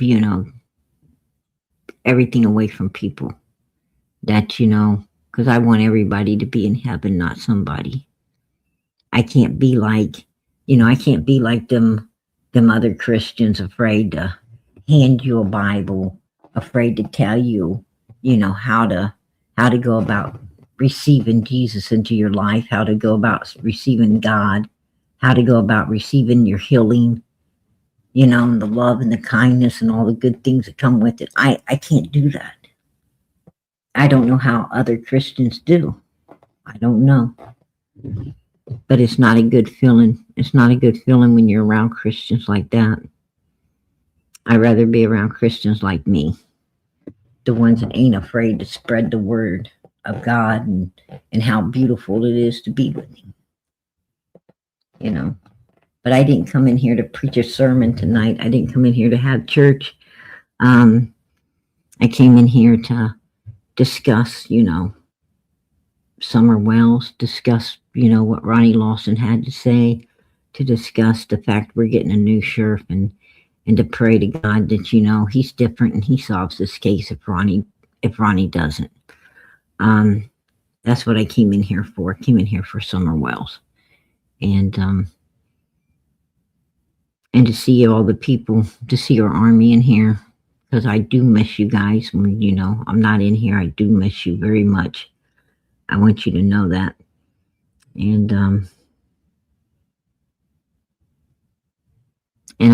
I'm really sorry that, I shut the live down the other night, but it was hard to watch that wagon train in my chat attack me, when all I was trying to do was righteousness, trying to do what I was asked to do. By the lady that, we had on the panel. She was going to come in tonight, but she, last minute, she said that she wasn't feeling well, that she wasn't going to be able to be here. And I told her, no problem. It's okay. And, but she said, if she started feeling better, she was going to come in and hang out. I didn't ever see her, but I didn't see Australia either. I have so much content up that I don't. Sometimes I miss the people that try to come up on panel because they're below the content. YouTube says, what features can we change? Sometimes they'll ask, what can they do to make YouTube better? I think one of the things they could do is put the guest in front of the content instead of behind it. Because when they put all the guests behind the content, you're not able to see them. And if you're reading the chat and everything, then you're not going to pay attention to what's flashing up on the panel. And it's just a mess. It can be a mess. And that's, and I struggle with that for, the almost 5 years we've been out here. It would be nice if they could, maybe change that up. I might suggest it. I might suggest that to them. But in that way, at least you know people's there and you can pull them up. Because a lot of people get offended. They don't understand that, you know, that if you got a lot of content, that they're below it and you ain't able to see them until you start scrolling, you know, bringing your content up. They don't understand that, and they can get, you know, they can get pretty upset with you. And it ain't even your fault, right? You didn't know they were there. So that's a problem. And Linda, I appreciate that. And I love you guys too. You know it. PG does love you. And, you know, I was just really tired. I've been really tired, you guys. I run full days every day, regardless of what people want to believe. You know, I run a full day every day. And I got little man to take care of, and I got a full plate outside of YouTube. I've got a full plate, and I got a full plate inside YouTube as well. So, you know, I get really tired, and I tried to please and appease people too much. I mean,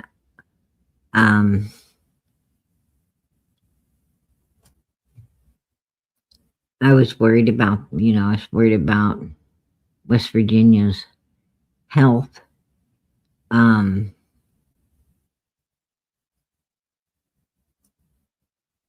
I was just trying to, you know,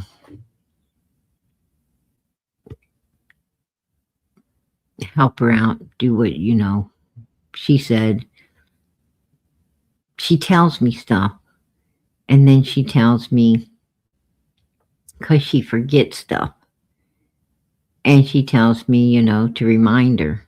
When she comes up on panel, she's nervous, you know, and she starts forgetting, and she just wanted me to, you know, remind her and then elaborate on it because, you know, like when she said Fred and Laura was in the back of Chad Arnold's vehicle going, you know, with Candace out of there, that, you know, Candace said that Laura and Fred was with them.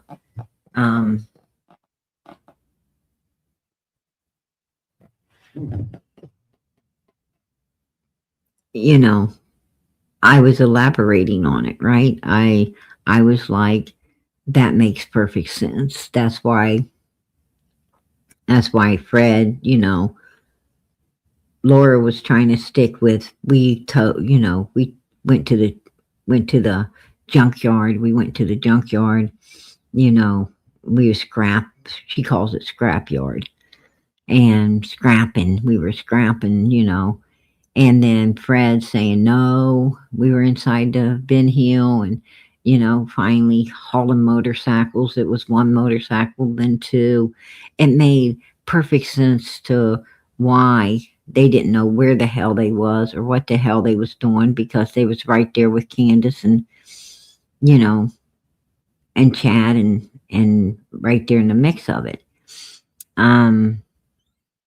So that made perfect sense. That made perfect sense to why Cotton Simpson was saying that, you know, he saw what he saw down at Fred's house. Everything was, you know, everything was coming together. It was making sense. And you know, and I got the wagon train of people, you know, upset with me because I was trying to, you know, I was trying to be the voice, that this, you know, and the energy that this woman didn't have. I was trying to be the energy for her, and to let her know how much we appreciated, you know, that bit of information, because it really fitted into our puzzle. But I started hearing, we don't want to hear you, PG. We want to hear her. And, well, you know, I don't think you're going to hear her for very long, you know, if, um, if you expect her to waste up her breath, you know, on one thing that she was told. I don't think you're going to hear very, she's not going to be able to withstand all of that. So, with me reminding her and her, telling it more like, it was told to her. I mean, I don't know. I don't write down exactly what she says. I just write down, the gist of it. When I remind her, then she tells it the way it was told to her. Then I elaborate on it, how it fits into what we suspected already, or how it couldn't fit in and must have been a lie because it couldn't fit in to what we already know. That couldn't have happened. Because I'm not going to let lies ain't going to bring Summer home. The truth is. And we have to be able to discern between the lies and the truth that's coming out of Don and Candace's mouth, no matter whose ears they're going into. We got to be able to filter it in order to help Summer. And, it was really hard seeing people hate on you for doing, what you thought was right for a missing child. I haven't ever had that happen in here. I mean, I've had some stuff go down, but, not like that. And I don't know, it was a wake up call. And, but I appreciate this one particular person that I've gotten really, really close to in this community. And they were there for me. They was absolutely there for me that night. I'm not gonna lie. I was in tears to see some of my own people coming at me sideways. And that was pretty hurtful. That was pretty hurtful. And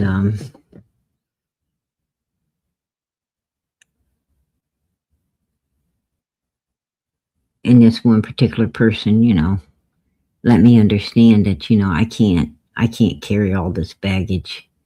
I can't. I need to lay it down. I need to throw it to the side, and I got enough to pack as it is. And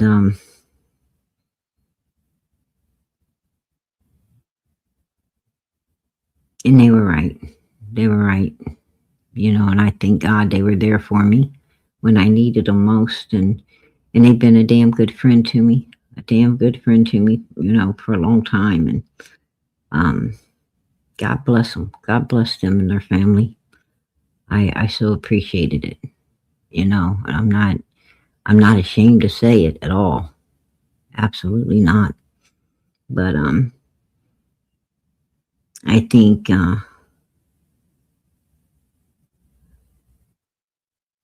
just let things get to me a little too much because I've been so tired. I've just been wore out, you guys, and I'm trying to do too much. And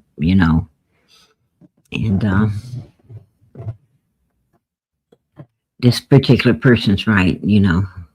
I need to not push so hard. I need to not push so hard. But if West Virginia decides to come back up, if she decides, that she wants to speak upon Summer's, case, I talked to her behind the scenes last night. I talked to her today, And she's just gonna, she's just gonna wing it. She's gonna wing it. She said, that she's just gonna try to do her best, to mention as much as she can about what what Donnie Candace has said to her here and there. And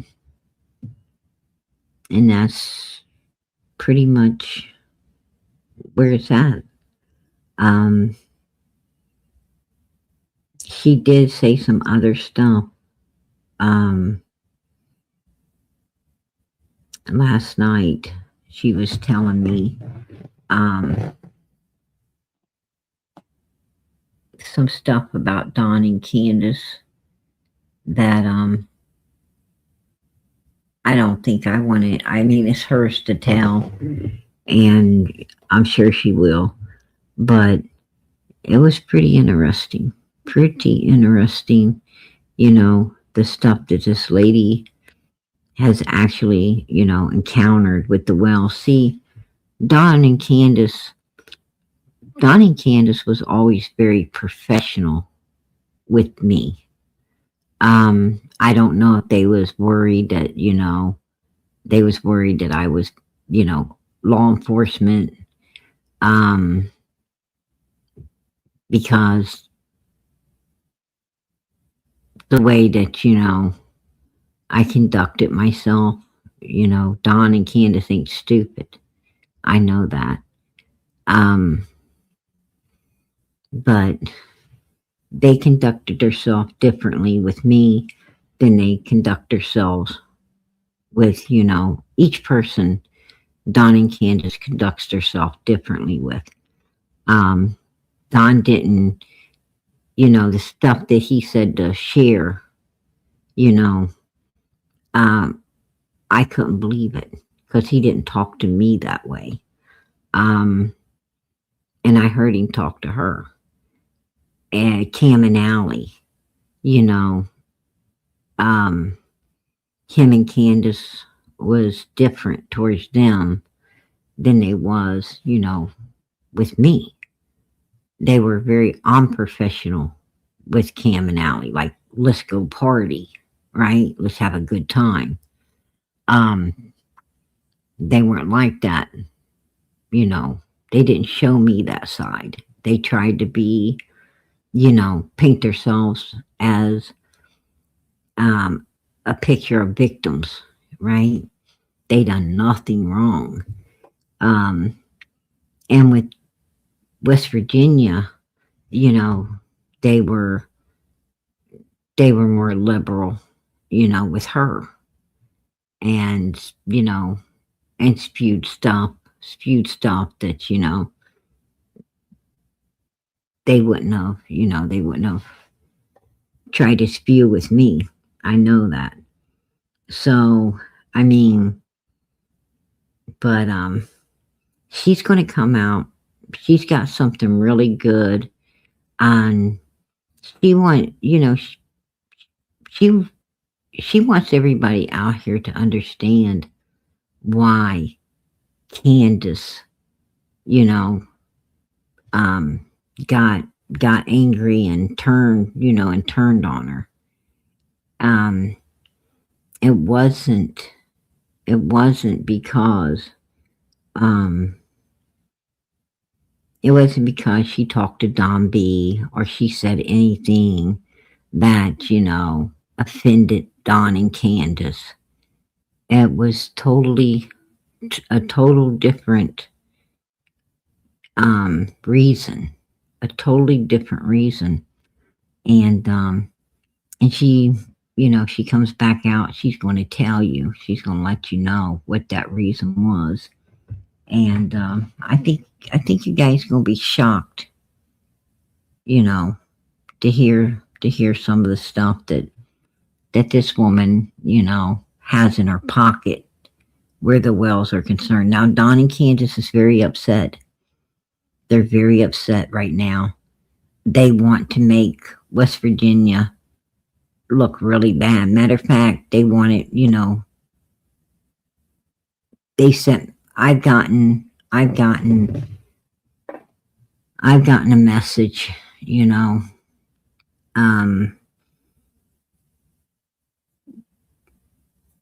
don't be talking with her. She's, you know, she's, PG.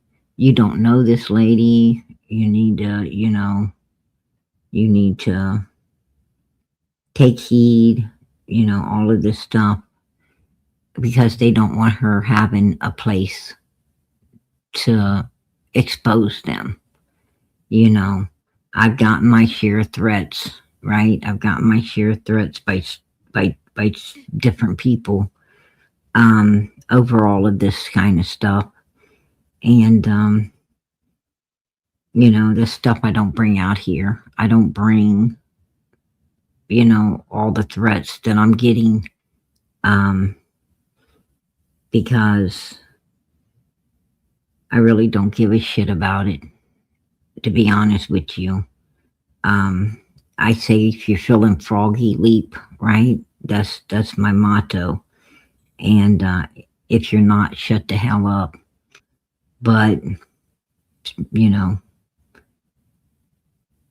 I can't be intimidated. I don't like people trying. And I like to think I'm brilliant. Sometimes I just think I'm stupid. And but there's a lot of kickback that you guys know nothing about. And, you know, and we're dealing with that as well. I'm dealing with it. West Virginia's, you know, dealing with it to a certain extent as well. And it's not easy.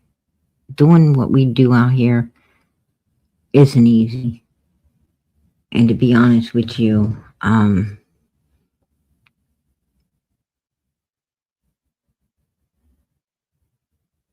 going to continue for summer's sake, right? That's why we're here. I'm going to continue for summer's sake and keep doing everything that we can do. I'm even going to get in touch with, you know, the new sheriff that's coming into Hawkins County. I'm going to personally talk with him, and enlighten him on a lot of things, you know, that I don't think he knows. And I'm going to press and do everything I can to help little Summer. And you know, I hope we see some movement. I hope that Summer is found, brought home, justice gets served. But if it continues to go in the direction that is going with Ronnie, you know, where it's all talk, no action, right? After the first of the year, 2027, because I always make Summer video, always welcoming her into a new year, because ain't nobody else seems to do it. But 2027, I quit, you guys. I'm not going to be here no more.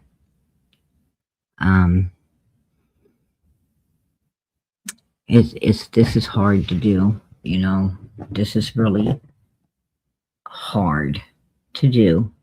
It's hard to do with trolls coming at you sideways. It's hard to do, you know, with all these haters, and then you got all these threats coming from, you know, suspects at you. And it's just a lot. It's a lot. And the other night, seeing some people, you know, my own people I trusted to have my back, coming at me, not trusting, you know,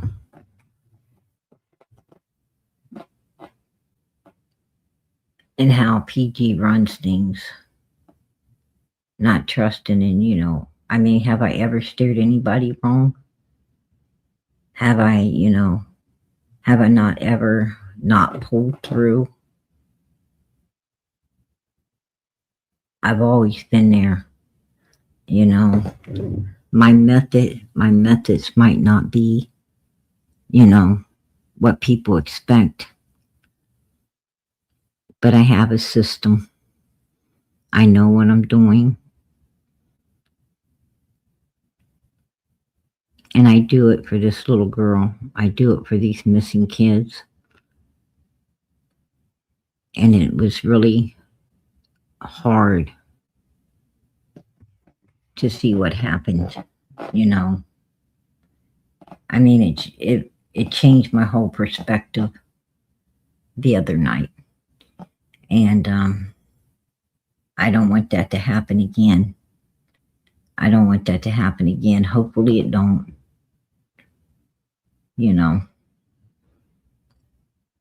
But 2027,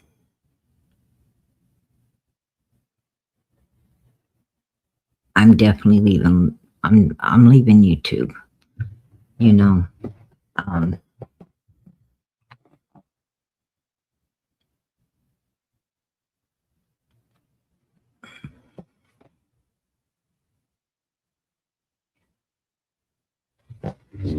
the reason I stopped making videos, it was good for my soul. It's a lot of work. It's a lot of work. And, I just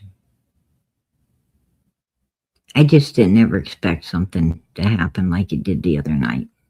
I really didn't expect that. I'm sorry it did. I'm sorry that people didn't understand or trust what I was doing. I can't show my hand. I can't show my hand sometimes, I can't show everybody what I'm doing. I can't show you my system. You guys don't know what I know. You just got to trust me. And that trust was broken by some of my own people.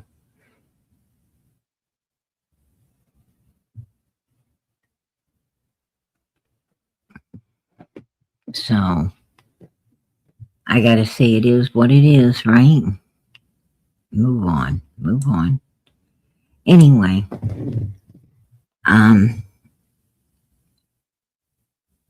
we'll be back tomorrow night. Hopefully, West Virginia's feeling better. She can, she can expose, some real life stuff that, goes on with Don and Candace, that Don and Candace don't want out here. They don't want you knowing about. That's why they're fighting so hard, to try to keep her off of this panel, right? And the information she has off of this panel.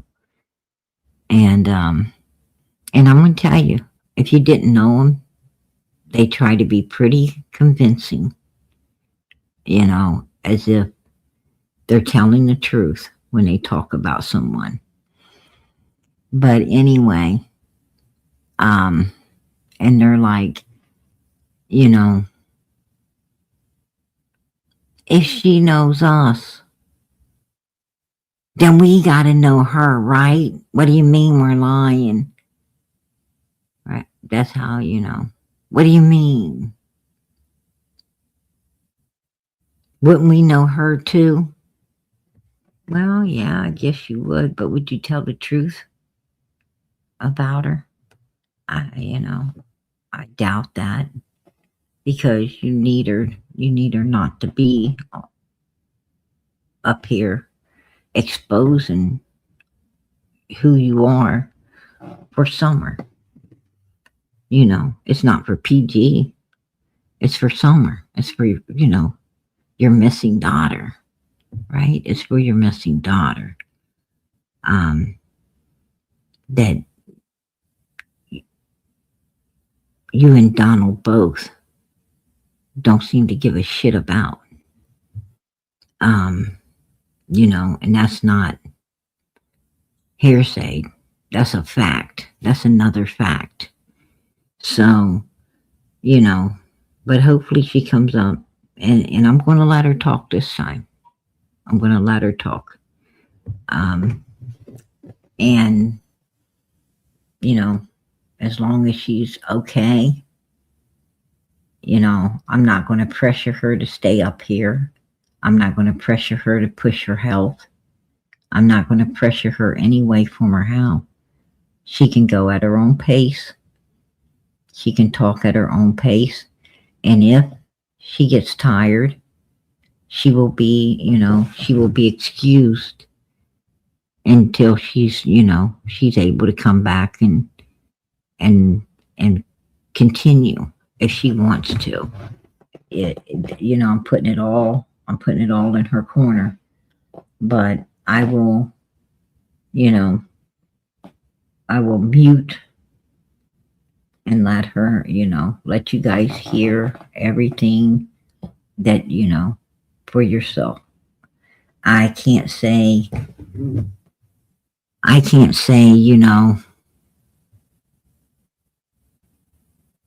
that you're going to hear it all, because she needs reminded. She needs reminded, of stuff, because when you're low on oxygen, it deprives the brain. And when the brain's being deprived, it causes, you to not, to forget and stuff, Your mind don't work too good when you're deprived like that. And so she needs help. But I got attacked for helping. So I'm, I just gotta let her, she's willing to do this because she watched me get attacked. Right? She didn't like me getting attacked either. She watched it. And she's willing to come back and try to do her best to remember, try to do her best, to tell you what she can. That's what I'm saying. But you probably won't hear it all, because she can't remember all of this stuff.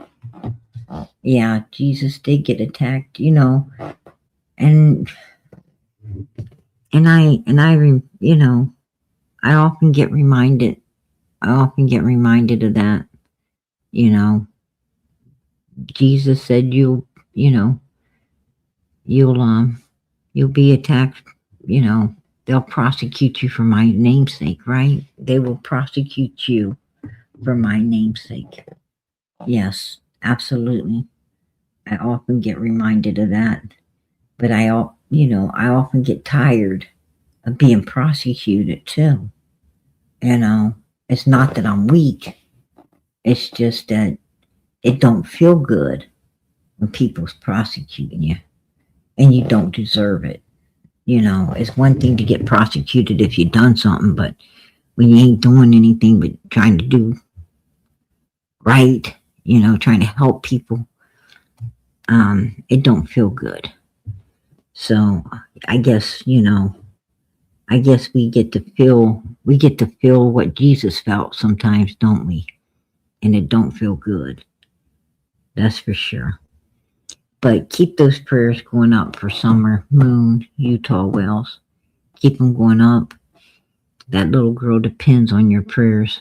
It's your prayers that's been able to put that timeline together, figure out exactly what's been going, down on, on the minutes. We've got it down to the minutes. And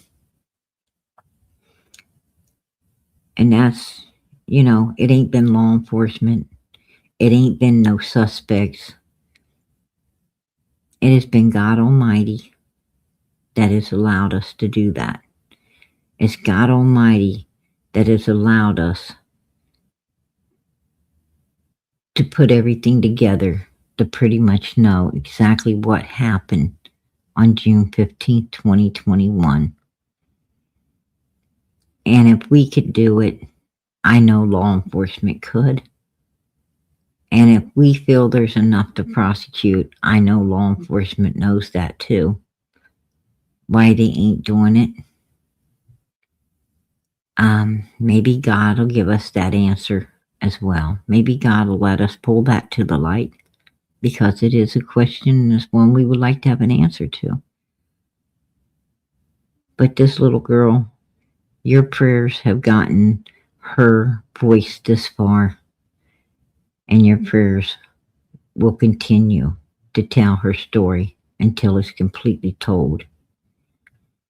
So keep those prayers going up in the name of Jesus Christ for this baby. Keep them going up for Sebastian Rogers, Michael Vaughn, Jack and little Lily. Keep them going up for Genesis, Emmanuel, who hasn't been found as well. The parents are in jail, but Emmanuel is missing. He still don't know where he's at. And keep them going up for Nancy. Keep them going up for Nancy. She has not been found as well. And I thought it was awesome that Justin had one of the people who was accused on his panel. I thought that was just like amazing that he was able to get, one of them on his panel last night. And the one that he had on his panel isn't in the United States. The one he had on his panel was back over in the Middle East. That he was actually doing a live from over in the Middle East, to my understandings. And someone said, "Are you coming back into America?" He said, yeah, he's coming back into America. Now, I don't know if he is or not, but I found it interesting that, he was a suspect in Nancy's case, and now he's sitting, back over in the Middle East, kind of like laying low is what it seemed to me, but I don't know, but it was interesting. It was very interesting, to say the least. But keep your prayers going up for Nancy as well, and her family, especially her older daughter, because that girl is a mess. She's a mess without her mama. So pray for them in the name of Jesus. Amen. Pray for one another. There was different people asking for prayer. A whole lot of people needing prayer, and they count on us to pray for them. We don't know what all of them want. We know what some of them want and need, but some of them we don't. But God does. God knows everything, and that's what you got to tell him. You just got to tell him, not sure what everybody needs. I know you do, God. And, if you don't mind, I sure appreciate you just answer, all of our prayers in the name of your Son, Jesus Christ. Amen. And it's that simple. You have prayed for everyone, including yourself, within seconds. So, and I'm sure God appreciates us praying for others as well as ourselves as well. It shows we're not selfish or self-seeking or self-centered when we really love, care, and pray for others. God knows that. Good night, everybody. God bless. Much love.